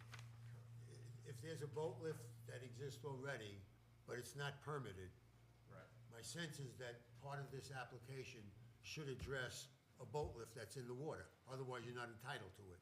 Okay. Make sense? Yes. Yeah. From our perspective, you have about 45 feet of width. Yeah. You can have about 22 and a half feet of coverage, Correct. so that the boat lift is 10 feet, Yes. and it has to be outside it has to be 10 feet from your littoral boundary. It isn't at this point, but I understand. But you have to position it, in other words, you have to put your dock and your boat lift so that they both conform, and neither structure is within the littoral boundary. You can do it, it's just a matter of where you place it. You need to move the dock 4 or 5 feet to the left. That can That's- cause a problem, it's, I mean. It'd be we've got coming in a on tight solid spot rock. and we're- Wait a minute, It'd be coming in on solid rock. Well, we don't know that, but He again, said that. no. No. He didn't say That's that. not right, but moving the whole thing over would just take a lot away from our area. We're darn close. I know. What about moving your boat lift to the other side of the dock? That really causes a problem because it's really weird, our site. The side that has the boat lifts on it, it's all rocks and mud and weeds. And for some reason, the other side is somewhat sandy and stuff, so it makes a huge difference. So we have to move the whole thing over. I'm hoping that, I can get this approved, that we're on the littoral line, we're about 5+ feet from the dock that's right on the property line. We're darn closer to 8 or 9 feet, so I'm hoping that you'll approve it and allow that to stay, because we're right now about 5 or 6 feet. But it does cause a problem to move the whole thing over, because now I'm pushing in, I'm just reducing, I have a small line as it is. We do have the Our authority. swim area is really Public hearing. tiny, and so I'm hoping I can just stay there. Well, your hopes may come to fruition if your neighbors agree, and I'll tell you why. If you're requesting to put either the dock or the boat lift inside the littoral boundary, the commission is obligated to have a public hearing. And a public hearing would allow your neighbors to talk to what you're asking for. And then that's the only leeway we have of allowing you to put a boat lift or a dock or a boat, or a jet ski lift, any structure that's permanent, even though you may take it out of the water, in the littoral boundary. So that's your only opportunity to get it from us in reality. Okay, so, my neighbor's fully aware, he's happy with it, but That's just using We'll the have to jet ski come lift, next yeah. month and So voice his you wanna leave the jet ski support lift here. there? You wanna see the jet ski lift there too? Yeah, I don't really care about the jet ski. Well, you have to care about it because it's yours, it's on your property. We gotta have So if yes you're or gonna no. leave it on your property, we don't care who uses it in reality. Yeah. But if it's on your property, you're accountable for it, and you're not gonna get it because I think you don't have enough room Oh, no, it's for it. Yeah. It's right on the property line, and He will make it with the new. But if the neighbor testifies at the public hearing and wants it since they're using it for their jet ski, We don't have to approve it. we could. But we don't have to. We don't have to, No, but we if don't the have neighbor to. wants it there, because she's using it or they're using it, Again, we don't have to. Correct. yeah, I talked to my neighbor about that, and he likes it there, and I said, well, if you guys don't approve, I asked him if he just wanted it. And, right, he likes it where it is, but, so I'm more worried about the boat lift, because it really needs to be in that location where it's at. I'll be sliding it over another foot, but it won't be, it'll be less than 10 feet on the littoral line. We can accommodate you With a public with a hearing. public With a hearing. public hearing. So I'm not sure what that means for. you're a lawyer. Yeah, I know, but I mean, how it's set up, is this a special? The only, this is the only existence where an ordinance mandate, the littoral boundary, 10 feet, Yeah, where the ordinance mandate can be challenged or requested to be changed yes, by the applicant if the commission grants a public hearing.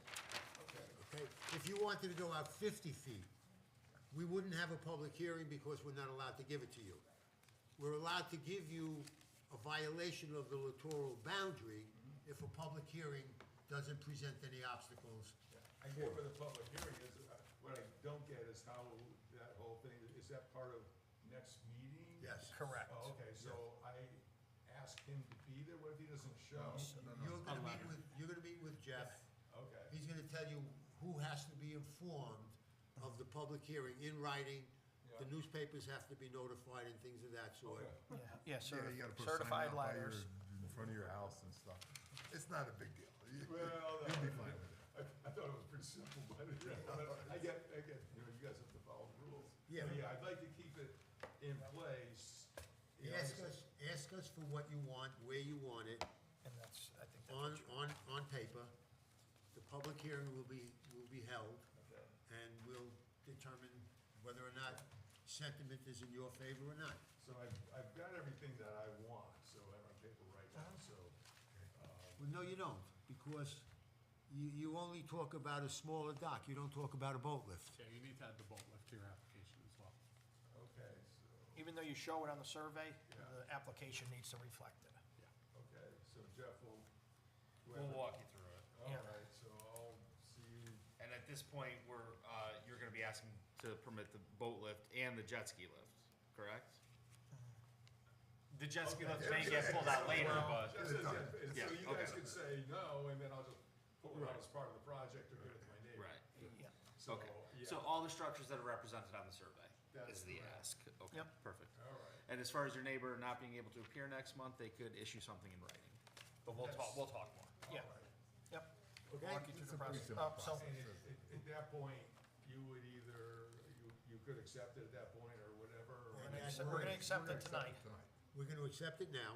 All right. At that next month meeting, after the public hearing, if it's closed, in other words, if we don't have any outstanding issues that have to be addressed, or somebody brings up something that we are not aware of, or you weren't aware of, that we have to look further into, if we close the public hearing next month, Yes. then in the next order of business, it would fall under old business, because you've been accepted tonight. Okay. And then we could approve or disapprove it next month. You guys just tell me what to do and I'll do the best I can. Talk to Jeff. Jeff will do Yeah, that. All right. Jeff's been a great help already, so. Okay, do we have a motion to accept this application? I'll make a motion to accept IWWC 2418. Replace the old dock with the new one. And, should I put the boat lift in there? Yeah. And add a boat lift and a jet ski lift for approval. All right, I just want to indicate that the request is for a 40-foot dock. Yes, Okay. yeah, it's a 2-foot. Is there a short. second? second. Gary, all those in favor of accepting? And there is a public hearing. Public We will hearing. have it next month, okay? Okay, all right, Have a good night. thank you. Thank you. See you tomorrow, Jeff. All right.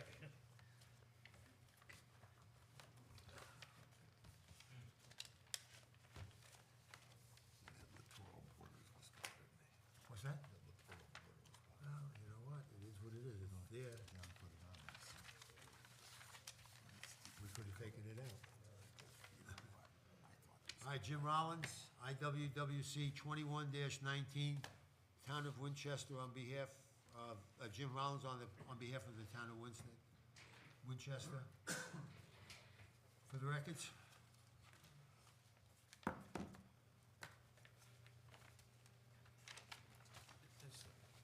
This is a clerical error on this. It says 21-19. Is that what it is? Should be 24-19. It sure is. Thank you. Okay.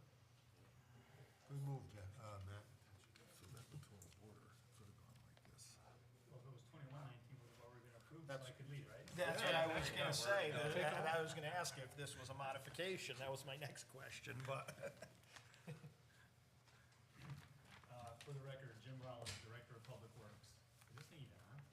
What's that? I'm not sure. Yes, it should be.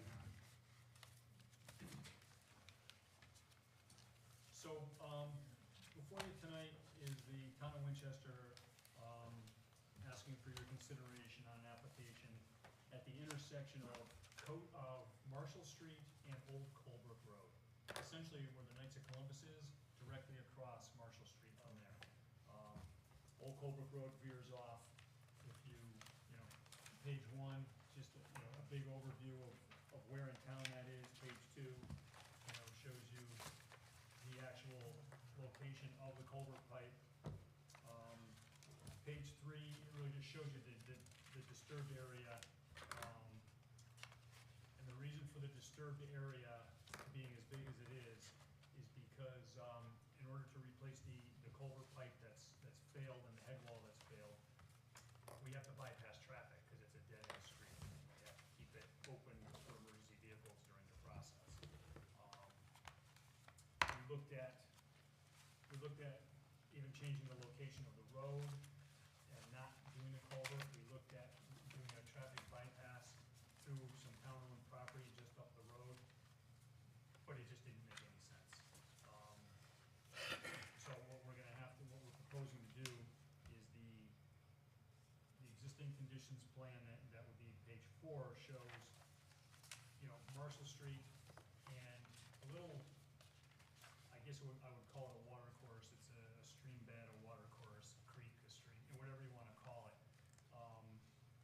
Going through that little triangle of grass into another pipe that discharges into, some unnamed brook.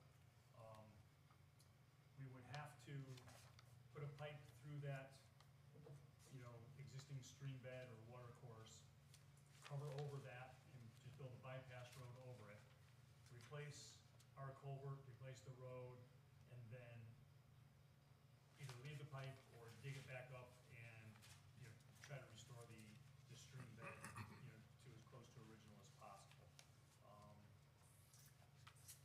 So that's basically the scope of the project. I did include a couple of photos, if you're looking at that stream bed / water course. It's really just grown up with, right now it's wildflowers, in a few more weeks it's just gonna be weeds. The end wall that's furthest downstream is, the other photo, you can see how it's just dilapidated and falling down. So the reason this pipe has to be replaced, the pipe has kind of failed, the head wall on the outlet has failed, the pipe is undersized too. What's happened is, from across the road, there's a 24-inch pipe that leads into this, and then you get a little bit more water, road runoff, and it goes into a 15-inch pipe. And it will actually overtop and run around, which is what's caused the deterioration to the head wall. So if I was replacing this with a 15-inch pipe, we wouldn't even be here because that's the agreement we had. Because we're upsizing it, we come to you guys for an application so that you're in the loop of changes. So the plan is to, put in a new head wall, a new pipe, and rip-wrap that slope, put a flared outlet to send that water out into an established, a nicely established point. It starts getting steep there, so it's a rockier, steep. That's why I kind of changed it from a brook, from a stream bed / water course to an unnamed brook, because the pitch changes and it looks like a brook. There's rocks and boulders, and it just looks like a stream. Come dry season, there's very little water that flows through it. This time of year, especially with a rainstorm, you'll get a fair amount of flow. There's a good-sized wetland upstream that does send water that way. So during construction, we'll put a bypass pump in the basin on the opposite side of Marshall Street and just pump it around the site. Job is only gonna take, a week, maybe 2 by the time you restore the site. We are subcontracting that out. That's just the head walls with the bigger pipe is just bigger than town equipment can handle. And we just don't really have the manpower for it. So it's really a removal and replace, but upsizing from a 15-inch to a 24-inch. So you're not touching the pipe under Marshall Street? Nope. Is that just replaced or is it existing? Because didn't you guys redo that whole section? Yeah, no, that was like Exist. the only one. The that was only in good one? shape. Yeah. Okay. It was reinforced concrete pipe. The rest of them were mostly steel, corrugated steel, and they were, When are you proposing to do it? as soon as we get permits and, because we want to do it in the dry weather, it just makes it a whole lot easier. I thought you said the winter were more likely to dry weather. What's that? Didn't you just say that the winter time is the more likelihood that no water flows through it? No, the dry time, no, if I said that, I didn't mean to say Maybe I that. misunderstood. Okay, no, Say it again. summer. Summer's the dry time, so. Okay. Now, the sooner we can get on it, the better. And we've got the contractor lined up. We used we took the specs and we went and used a procurement company. It's not, so you don't have to come up with, that's why you're seeing hand sketch drawings, because we didn't have to have it engineered to get bids on it. So we were able to put it out. It's a much more casual, much more cost-effective way of doing these kind of medium-sized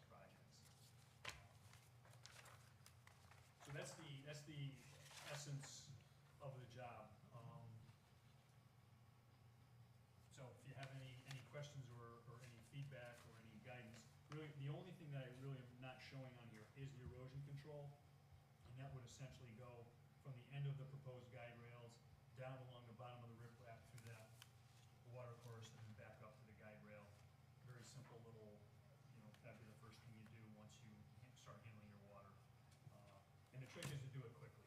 We want to get in and out of there fast so we don't have to have anything opened up during a big storm event. Gary, anything? No, simple. You good? Yep, simple. Matt? No, good. Good? All right, do we have a motion to accept? I'll make a motion to accept AWWC 2419. Replace undersized 12-inch culvert pipe with a new 24-inch. Replace the head wall and use a flare end on the pipe and riprap at the end of the pipe. Second. Second. Jamie, all those in favor? Do we need a public hearing? No, Do we need an engineer? no, I don't think so. Okay, thank you very much. Anything else?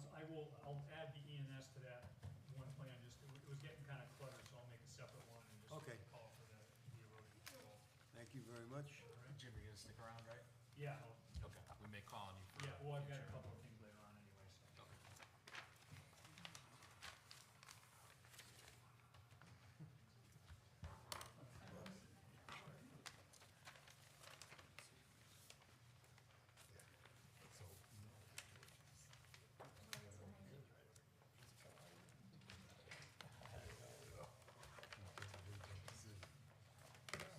Next application is 24-20.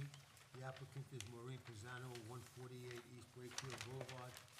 Install a 30-foot dock and boat lift. For the record, My name is Maureen Pisano. I reside at 148 East Wakefield Boulevard. I'm looking to get a new dock, extend it about 10 feet, make it 30 feet, keep the same width at 4 feet, and permit the existing boat lift that we have now. okay, Well, you know the routine. Guess we'll have to have a public hearing. all right. One of the things that we have to be certain of is your property lines, where the survey pins are and where they aren't. I Okay. know in the past, which shouldn't have any impact on what's happening now, that question kept coming up. So the survey that you have, or that we have in front of us now, to your knowledge, is where your pins are? To my knowledge, it is, yes.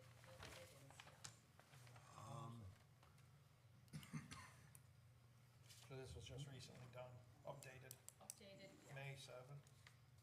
What I would like, and again, the area of where your and your neighbor's docks and boat lifts are, or whatever else you have in the water, the legibility of what that represents is illegible, it's too small. You know what I'm making reference to? Right where the water line is. Here, like, right here? Water line? Yeah, the water line. Okay. And then I have your property delineated as 148, DiMartino was 144. I believe Zimmerman's 150. But at the water line, there's things written that are too small for me to read.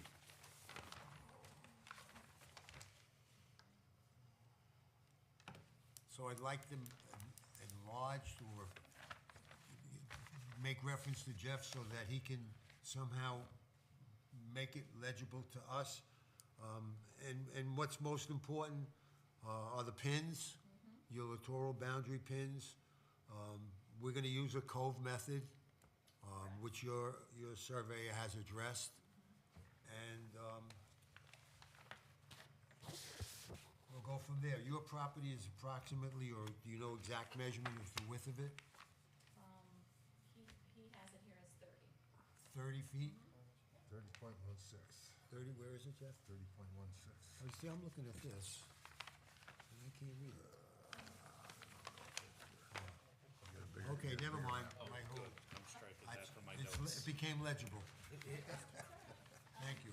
I mean, if. No, no, Okay. I apologize. What I was looking at was not legible. I was looking at the cove method part of the diagram. Now I see the enlargement. Okay. Which on the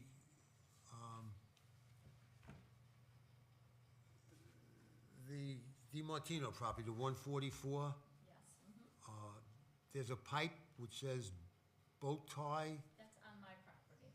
so that's not a pin. No, it's an actual pipe in the ground that we had a paddle boat that we used to tie it to. Okay, and the pin is the plus or minus one, To my knowledge, yes. okay? And on the other side, the pin is the same thing? It's right in the actual pipe. So what that means is, the property deed reflects that, the first pin they're showing, if you go by the deeds, when you read them in town records, and then the wall at some point through the years was extended out plus or minus 2 feet to the, I guess we'll call that the south side, and then plus or minus 1 feet to the north side. Okay, That's how that is. okay. That's why they reflect, because this is the actual, and the closing line, you could see is what he measures off of, and that's back 2 feet on one side and 1 foot on the other side. So the wall was put in front of something Yeah, else at some point along the line, it was put So out there. looking at the perforated line going down between the East Wakefield Boulevard and the water, for the DiMartino property and Pisano's property, there's a black dot. Is that the pin at the water line? Correct. No, that's a property line. The Yes. black circle is at the face of the wall. Say it again, Gary? The dot that you see is a property line, then the black circle is the face of the wall. So Right out in front of one it. is, That's one the is, in- property yeah, line. one is in front of each other. That's the wall, Right, okay. and that's the property. But that's the property line. Originally, now their property line, I guess, I don't know how they go to face Well, the wall. according to this survey, on May 7th, that's the property line. Yeah, I mean, the width Yeah. would be the same. Yeah. Yeah, That's not yeah, the, we go off the 30. The width is 30.16. And I'm looking for something on this map that shows me the width of your property. I don't see any number. 30.16. It says closing line is 30 feet, Okay. .16. I got it, I got it, I see it now. If it does get accepted tonight, he will be at the public hearing. You're, I'm gonna have to have him, because I don't have the 10 feet on each side. okay, So I know I'm gonna have to have that. that would be your survey, Yeah. My surveyor, yes. okay. And he will meet with either property at any time. If, anything, they have any questions, they can more than well call him. They have his number.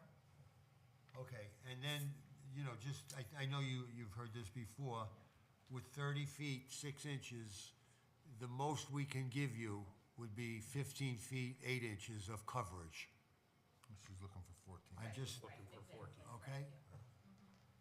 So that your boat lift, wherever you position it, if you position it, and your dock, Have to equal. have to be less than the 15 feet, okay? Yeah, you meet that. And my sense is where you're positioning it is going to necessitate a public hearing because of the littoral boundaries. Yes, exactly. Okay, so we're going to establish a public hearing next month. You know the routine in notifying your I neighbors. can help George with no problem. Jeff can help you Yeah. with that. Yep. George is new to this. Is there any other concerns that the commission has? Just have I know your surveyor referenced the distance to your neighbor's docks, not to your littoral boundaries. Oh, okay. So just clarify that, Good point, Matt. on that, because he showed how close you were to the neighbor's docks, not the boundaries. So then we can always base it off of those Okay. And like numbers I said, there, because if they, he'll be here next if they move their dock or, you know, something else, this way we know that it's off of your littoral boundaries. So, yeah, but he probably has to do the calculations before he gets here to make, The boundaries, yeah, reference how close your proposed dock is to your littoral boundaries.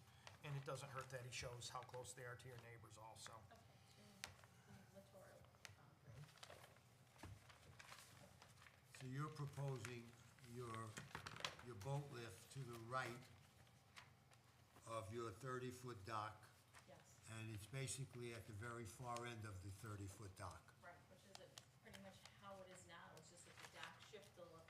the angle of the dock Angle is of the shifted. dock, so we can hopefully try and get my son's jet skiing on that side, so we don't impair either of our neighbors' lines. You're not asking for a jet I ski? am not, no, Okay. I am not. He's gonna just, Yeah, no, I am not. what is he gonna tie it to? He usually ties it right to the side of the dock, but at this point, he hasn't even brought it up this summer, but when he has in the past summers, he ties it right to the dock into Okay. my neighbor's line, so. Okay, anything else? Anybody? I think we're good. I think a motion to accept. Make a motion to accept IWWC 2420, Maureen Fasano, 148 East Wakefield Boulevard, for a 30-foot by 4-foot dock and boat lift. And a public hearing. That? He's raised his finger. Second. Oh, second, yeah. And set the public hearing, And set the correct? public hearing. Yeah, then and that's when it begins. Again. Hopefully it just goes. No, it's fine, it is what it is, you know, it is what it is. Yeah, persistent, that's. Okay, thank you very much. Agent action, Jeff? No new determinations. We had previously spoken about Mr. Webb, who hopes to work on that project soon. I'll be honest, I haven't been by there in the past couple weeks. He may have started it, I don't know. And then the second one is the Risha Beach Rain Garden project, which we had spoken about last month. They have not yet started work.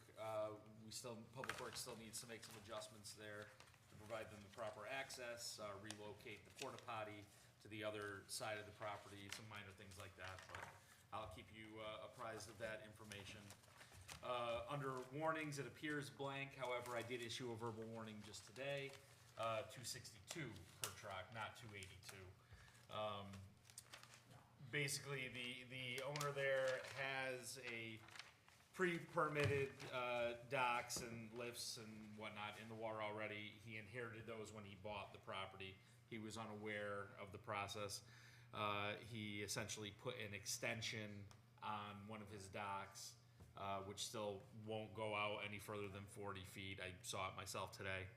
However, I did inform him that he will need to come in for an application. I did have a question for you guys.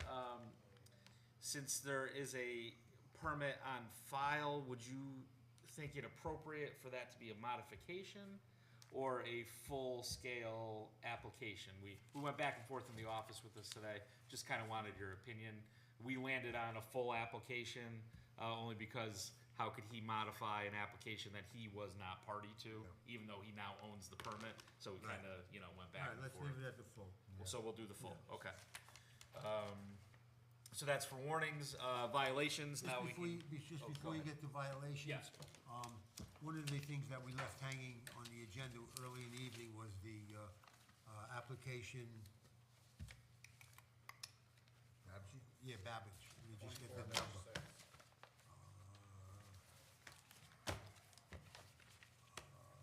139 West Wakefield Boulevard, 24-6. I'm gonna consider her lack of presence as, that we can continue her application for one more month when we have to make a decision, or she's out of time. I think she's out of time. Babbage will be out of time unless she requests an extension. So since she did not appear tonight, I will attempt to contact her tomorrow, and have a discussion with her what her plans are. If she still wants to move forward with this application, she will need to ask for an extension, which would then give her another 65 days. And if she doesn't ask for an extension? If she doesn't ask for an extension, then this application will have timed out. Don't you think she made her intentions clear with her letter? Well, yes, except option C does not exist. know, So I did, I think we let's have just to get rule on into it. that. You guys have the letter in your packets. This was forwarded to Attorney Nelligan for his review. I basically asked him, does this change the commission's charge in any way? He said, no, there is no option C. It's still option A or option B, as we've discussed. So this really doesn't change it. You also have the affidavit from the prior owner, Dwayne Johnson, swearing that that's what existed at those sizes, which again doesn't match the 99 permit, so a little confusing there is the word I'll use. And also, we have a neighbor with. And now we've got a neighbor that I met on site as well, who provided a letter, who states that the upper deck is actually over the property boundary as well. What is the, Boats in there now, too. The boats are also in there. Which is in As you guys are aware, you had advised Ms. Babbage not to install the docks. She did. You advised her not to have the boats put in the water. 2 have now been put in. I reached out to her after boat number 1 was put in the water and asked her to comment. I received no comment. Did the same with boat number 2 and again received no comment. Can you clarify that the upper deck was not on that original permit? So the upper deck did not appear as part of the 1999 permit. However, now we have an affidavit that says it was there. I think that's inconsequential. We need to go off of the 1999 permit. And that The permit, 19 did you have a map with that? With the That 99 permit? Yeah. Was there a map? No to show map. that- There's that just the registration sheet which lists the size and the pieces Of just the new stuff. We do have a survey on that but, though, right? but the 1990, just a minute, the 1999 permit was applied for by Babbage or her husband. So- Yeah, both names and they made appeared on the no reference to anything else other than what they were applying for. Right, and none of us were party to that in '99. The deck very well may have been there, but it wasn't part of the Silent. paperwork, It so. was silent and therefore doesn't exist now because she's in a process of new ownership, new permit for the dock, or no new ownership, she has to conform. Correct. I don't know about the upper deck. I think we may run into a problem with that. We'll run into the problem. Well, the upper deck, if it's on the neighbor's property, it's probably a civil matter. Well, I mean, it would impact on us because of the littoral boundary. Now, if she moves ahead with an application, Right. Yes, yeah. then it would. So, Then it would be on us. does she have a violation against her now? Yes. Cease and desist against her now? Yes, there is an order on the land records that I inherited from my predecessor. And there's, the one last thing is that in the letter that she sent to you today or yesterday, whenever you received it, that she is withdrawing permission for us to visit the site whenever we want to. Correct. That we only can visit with an owner.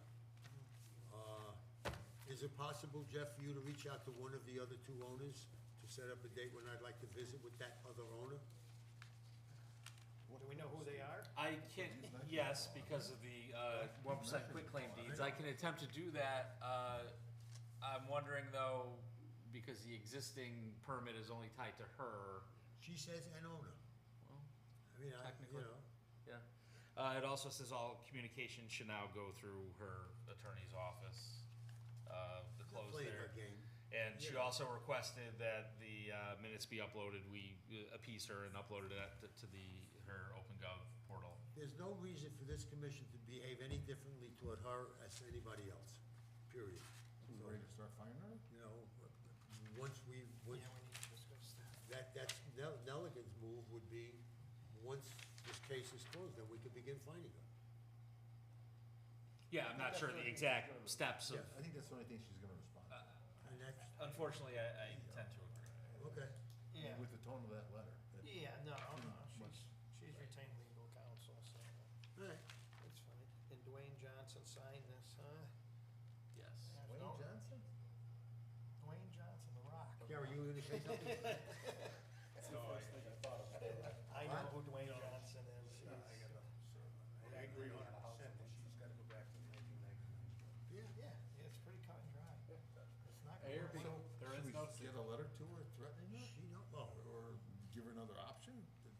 Jeff will comply- communicate to her that she's running out of time, Comply with 99 permit? and her or- options still are the same.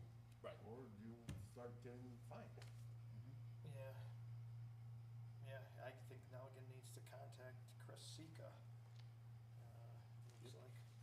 Well, we'll see how the attempted contact goes tomorrow, and I will be in touch with Attorney Nelligan based on that. Yeah. Okay. Comply or get fined. It's clear. pretty simple. She's clear where her position is, so. Yeah. Right. All right, talk to us about 265 Colebrook Road, the violation. Okay, so 265 Colebrook Road, you do have an email that was left on your desks this evening. Contact was finally made by the Walker family to our office.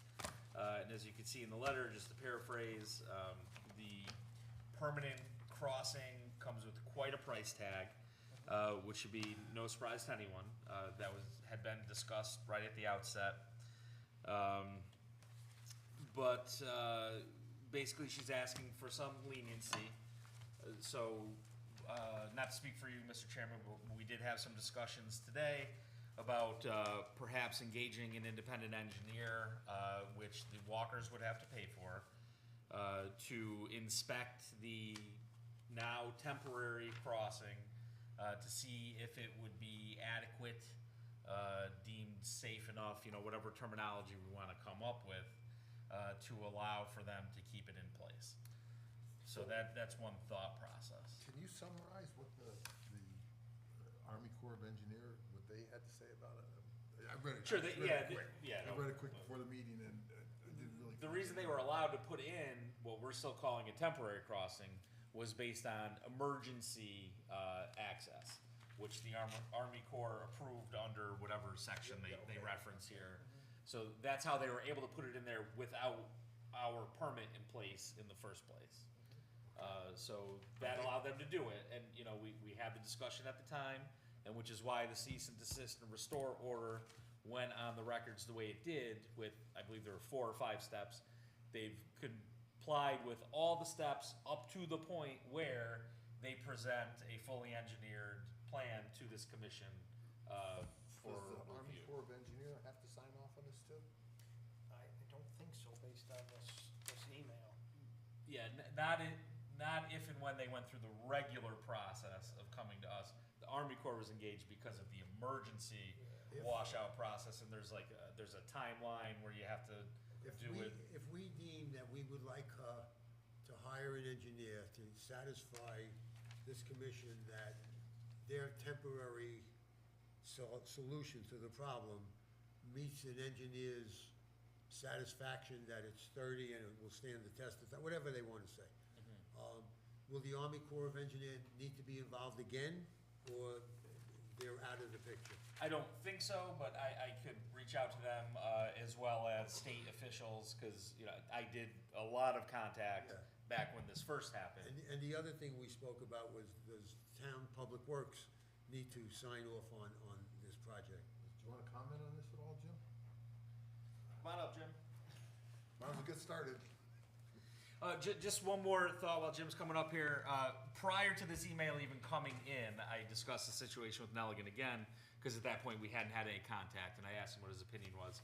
He was of the mind that we can release the current order that's on the land records, because 1 through 4 have been satisfied, issue a new order with just that final step regarding the engineering of the permanent crossing, which would require a new show cause hearing, so they would come in. If we did that, I would say at that point, we can talk to them about having them pay for the independent engineer, and, so they would have 2 paths. We would bring them in and then talk to them. Right. Do you have to be involved with this?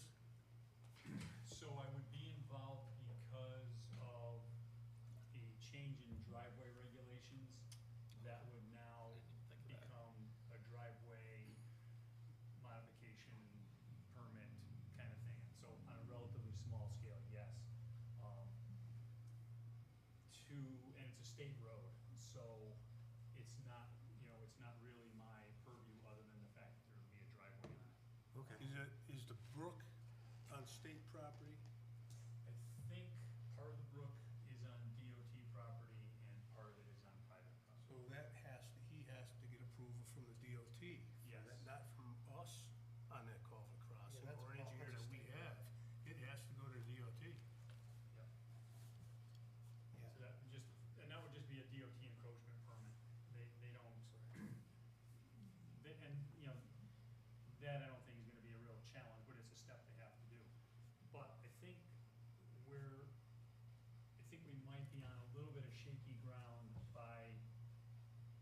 accepting an engineer's opinion that what they built is adequate, because somewhere along the way, I think we didn't understand the emergency authorization completely.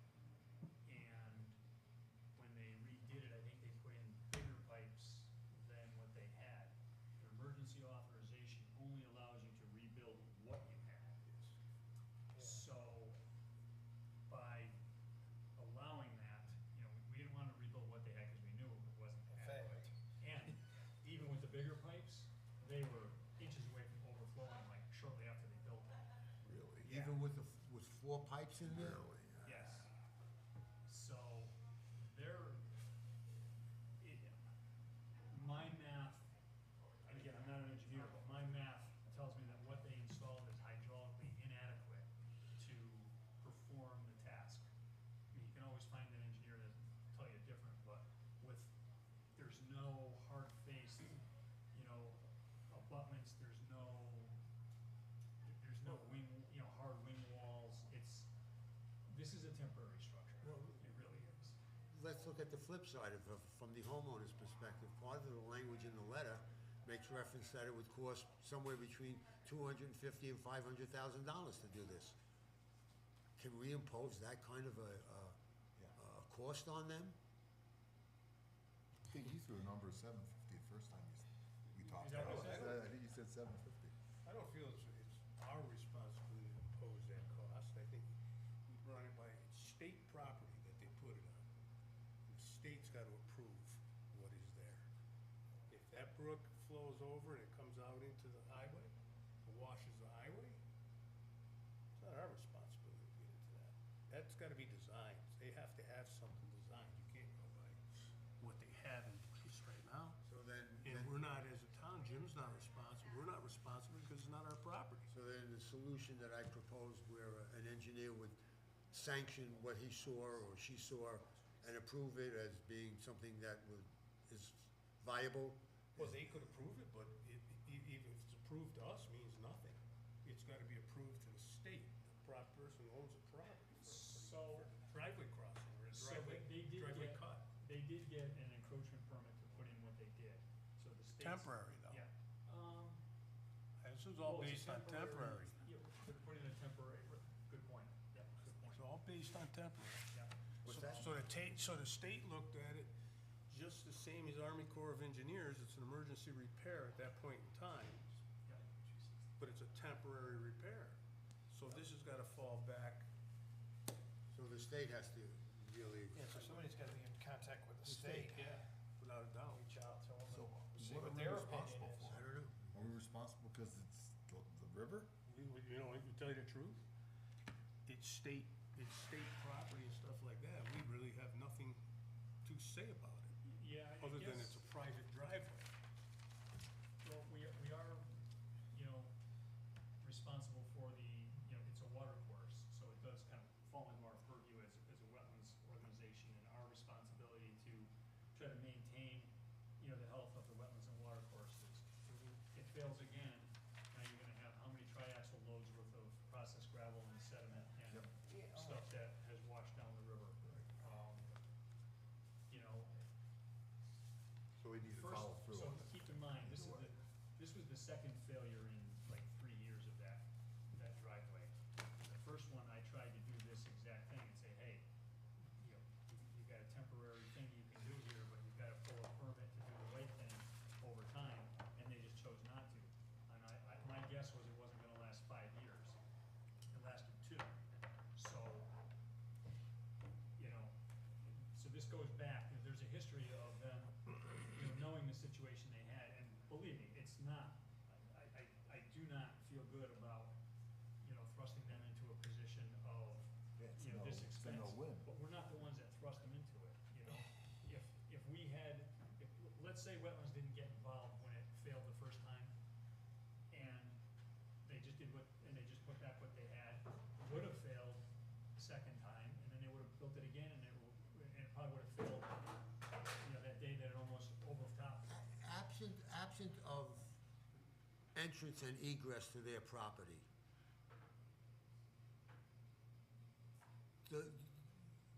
the brook or the stream, whatever we wanna call it, to the right and left of that egress and entrance flows freely.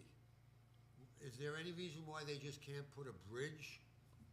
They could, Oh, okay.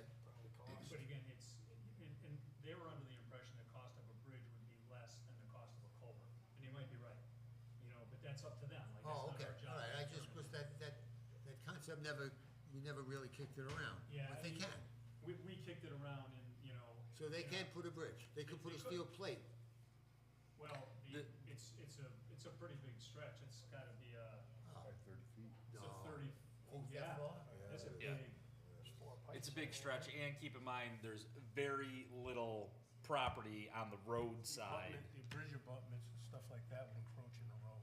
Oh, Yeah. so that's not a viable option. no, it is, but you have to design it. They'd have to get encroachment rights and stuff like that. And that's definitely the preferred option for the health of the waterway. Yeah, Over time, yeah.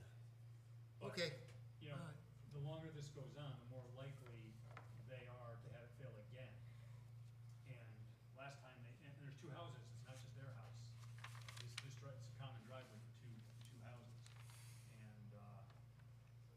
And, so it's really, it's a time bomb, whether it's 2 years, 1 year. Box culvert's the best option. It's a good option, but it's certainly expensive. I mean, it costs us, $500,000 to $1 million for each one that we build. And part of that's just because we have to pay, some pretty hefty engineering and permitting fees, which they may not be quite as obligated as we are, but,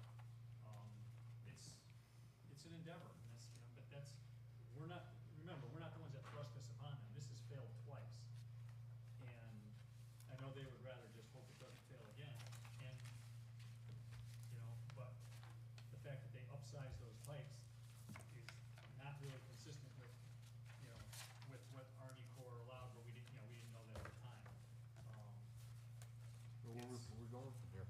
I think it's gotta go to the state. I really truly feel that the state's gotta get involved. Yeah, so maybe reach out to the state and see. Yeah, what we've course- got 2 months here to work with, so I'll contact the state, see what they have to say about this, report back next month. And at that point, we'll have to decide whether we're rescinding the order, putting a new one, calling them in, having the discussion and see where that goes, or if we're able to punt, so. Okay. All right, thank you, Jim. All right, you want to I'm finish sure with I'll the talk about violations? that with you more. So I'm sure we'll talk more Yeah, about I'm that. sure about it. Yeah. All right, so we've covered 265, we've covered 139, working in the middle, 308 East Wakefield. I did speak with Mr. Sliney, I reached out to him as you guys requested. He has been recently unable to do anything with this or anything else. He was going in for back surgery, so that obviously slowed down the process. I could understand that. I asked him to reach back out to me once he was back on his feet, or I'll end up reaching back out to him again. That's where that one stands. 713 East Wakefield Boulevard. Just go back for a minute. Back surgery doesn't affect his mind or his ability to make a phone call.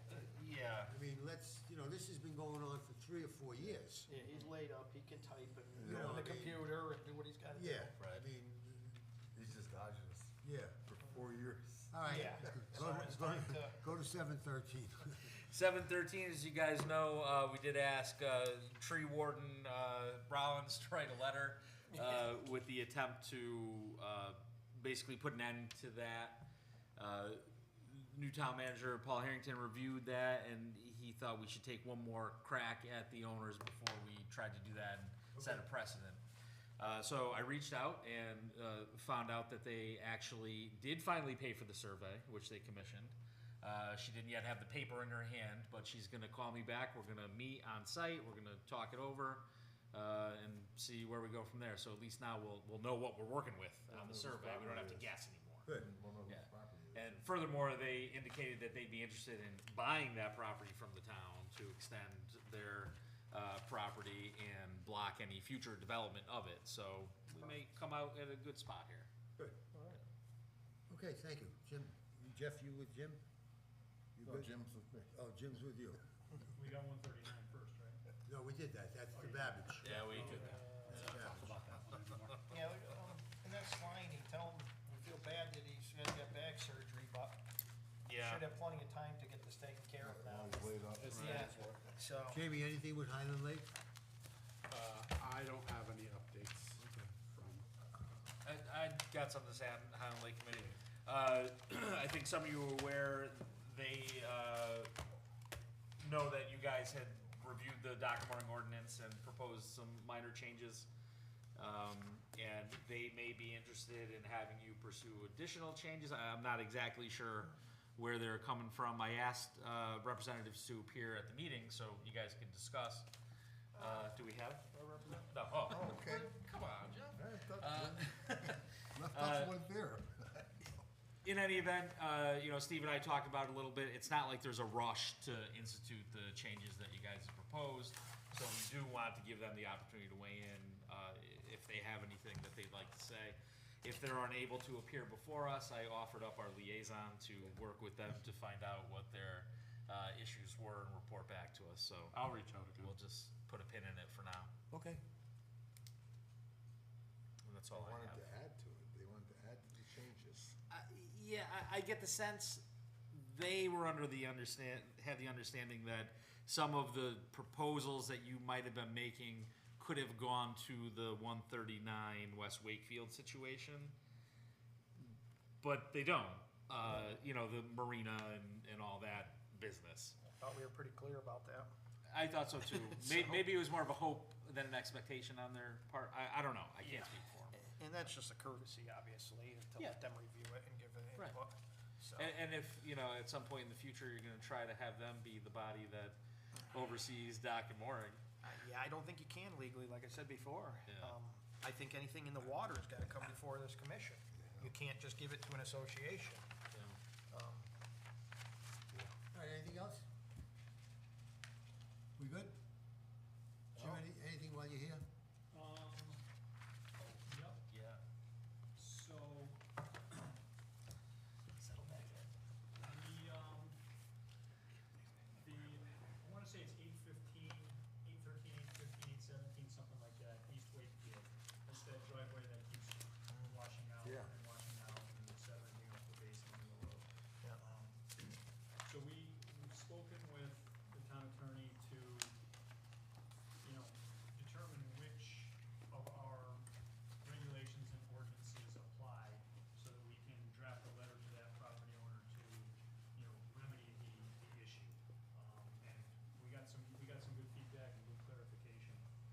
So I think it's tomorrow, right, we're scheduled to. Tomorrow, 11 o'clock. Yeah, work on that and draft that letter and send that off. So we wanna try to, this is such a slam dunk, obvious one, we want, and, the first time we're using some of the new driveway regulations and, the zoning regulations, we wanna make sure we're doing it right. So we went through the town attorney, and he said that we're on the right track with what we're using. This is all with the runoff. It's the worst one around the lake, isn't it? Seems to be. Pretty consistent. Yeah, yeah. The worst one. An inch of rain and we get it. It's in the street. Good. So that's the first, and that was one of the big reasons why we redid the driveway regulations was to have some authority for this. Kevin says we have some other authorities that we weren't really aware of too, that we're gonna, kind of combine. So it's a multi-pronged, attack, and he told us that planning and zoning is the vehicle for that, because they have enforcement powers and what's the citation powers that Public Works doesn't have. So another reason why the driveway regulations were put into the zoning, because now they're the enforcement agency. So the whole thing is working the way it was intended to, and he pointed out some other areas where we have authority. So looks like things are starting to move in the right direction on that. Great. And then I think lastly, the Highland Lake stream and where it overflows out onto Boyd Street, at the bottom of 25 Boyd Street. I met with DOT out there and kind of showed them what we had. And they are, I proposed what I thought was a simple solution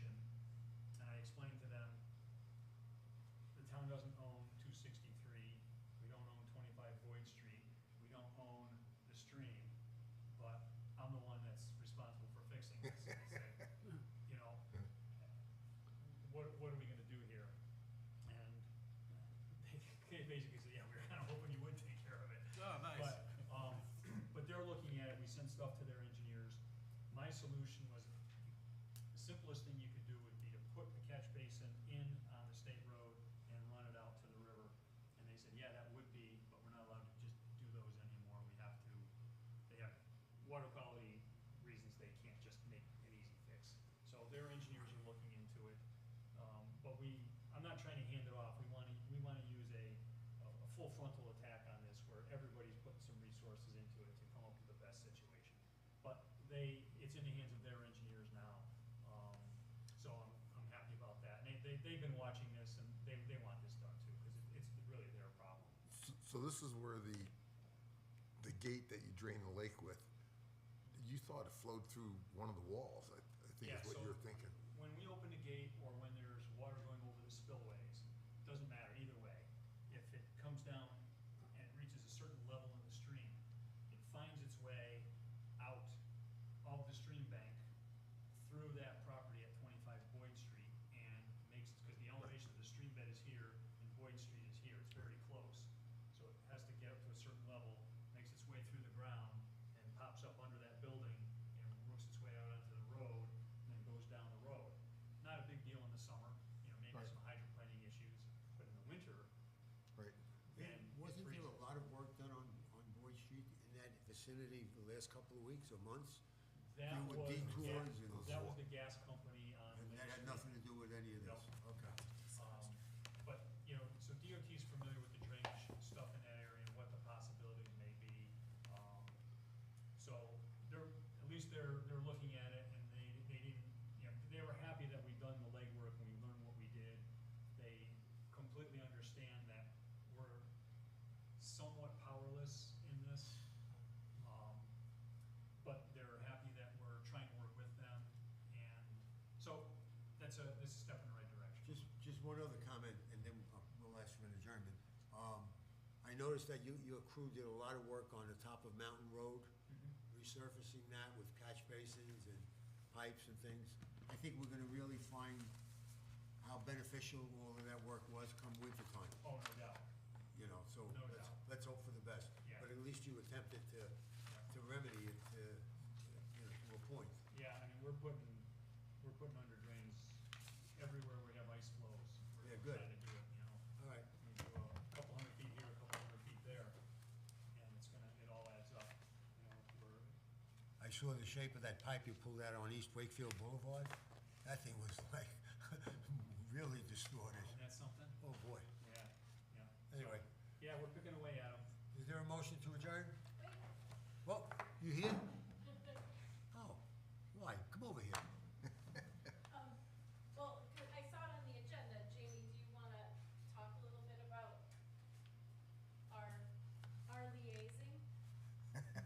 I kind of filled everyone in on the few things we talked about, but we haven't connected since the last time we talked, Okay, so I don't know if there's. Oh, okay. Well, I just am making myself available. I'm now officially on the board of the Highland Lake Watershed Association. Okay, I'm good. the liaison with Jamie. Oh, okay. Great. And I think the most important thing from our point of view right now is that you guys spend some time with the NEAR report if you haven't yet. With what?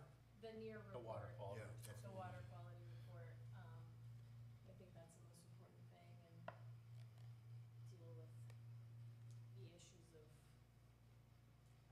that we're facing just in terms of invasives, water quality, clarity, that sort of thing. I think the Seki disc is still not giving us great reports, and we've had, tremendous amount of rain last year. We've got a lot of rain this year, so trying to slow the velocity of runoff into the lake.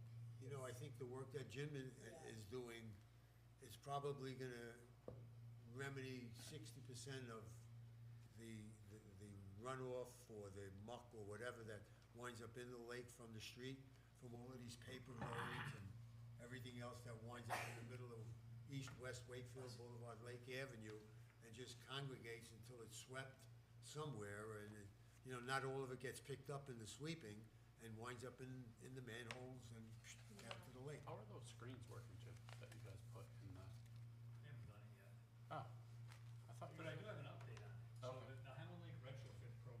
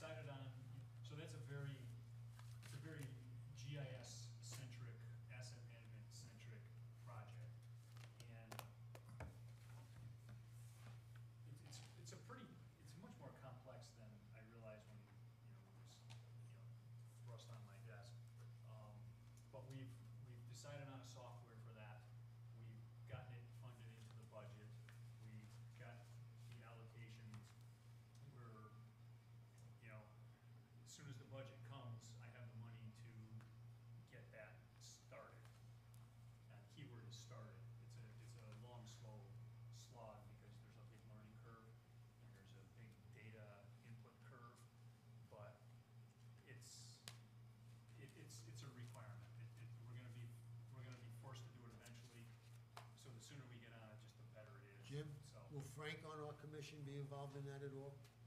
I mean, I would certainly value his opinion. He's been through similar things before.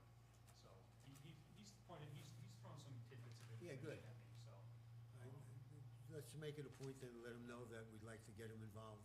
Yeah, and it's really just a bandwidth issue for us. It's not Yeah, that we but- don't want to, it's just that, Okay, thank you folks for your time. Is there a motion to adjourn? And I just missed Oh. you guys. What? I just missed you. Yeah, we miss you. Yeah, we have openings. We have openings. I'm really excited. Don't threaten I'm us. excited to be working with Don't Dave. threaten us, we have openings. No, no. We'll see I'm how on much- ZBA now. We'll see how much you miss us. Good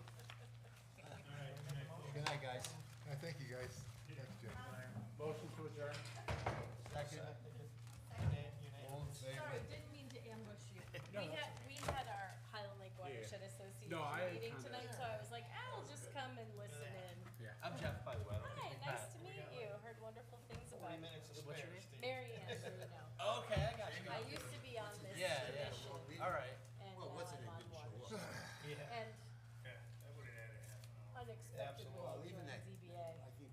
They gotcha. They got me. I unexpectedly joined IWWC. There you go. Still kicking yourself? Hey, Matt. How are you? Good to see you.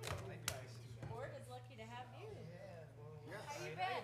Doing well. How's summer going? Summer's great. June's you been doing? beautiful, It right? has been. It's And been the next gorgeous. week or so, come on. I It's just like,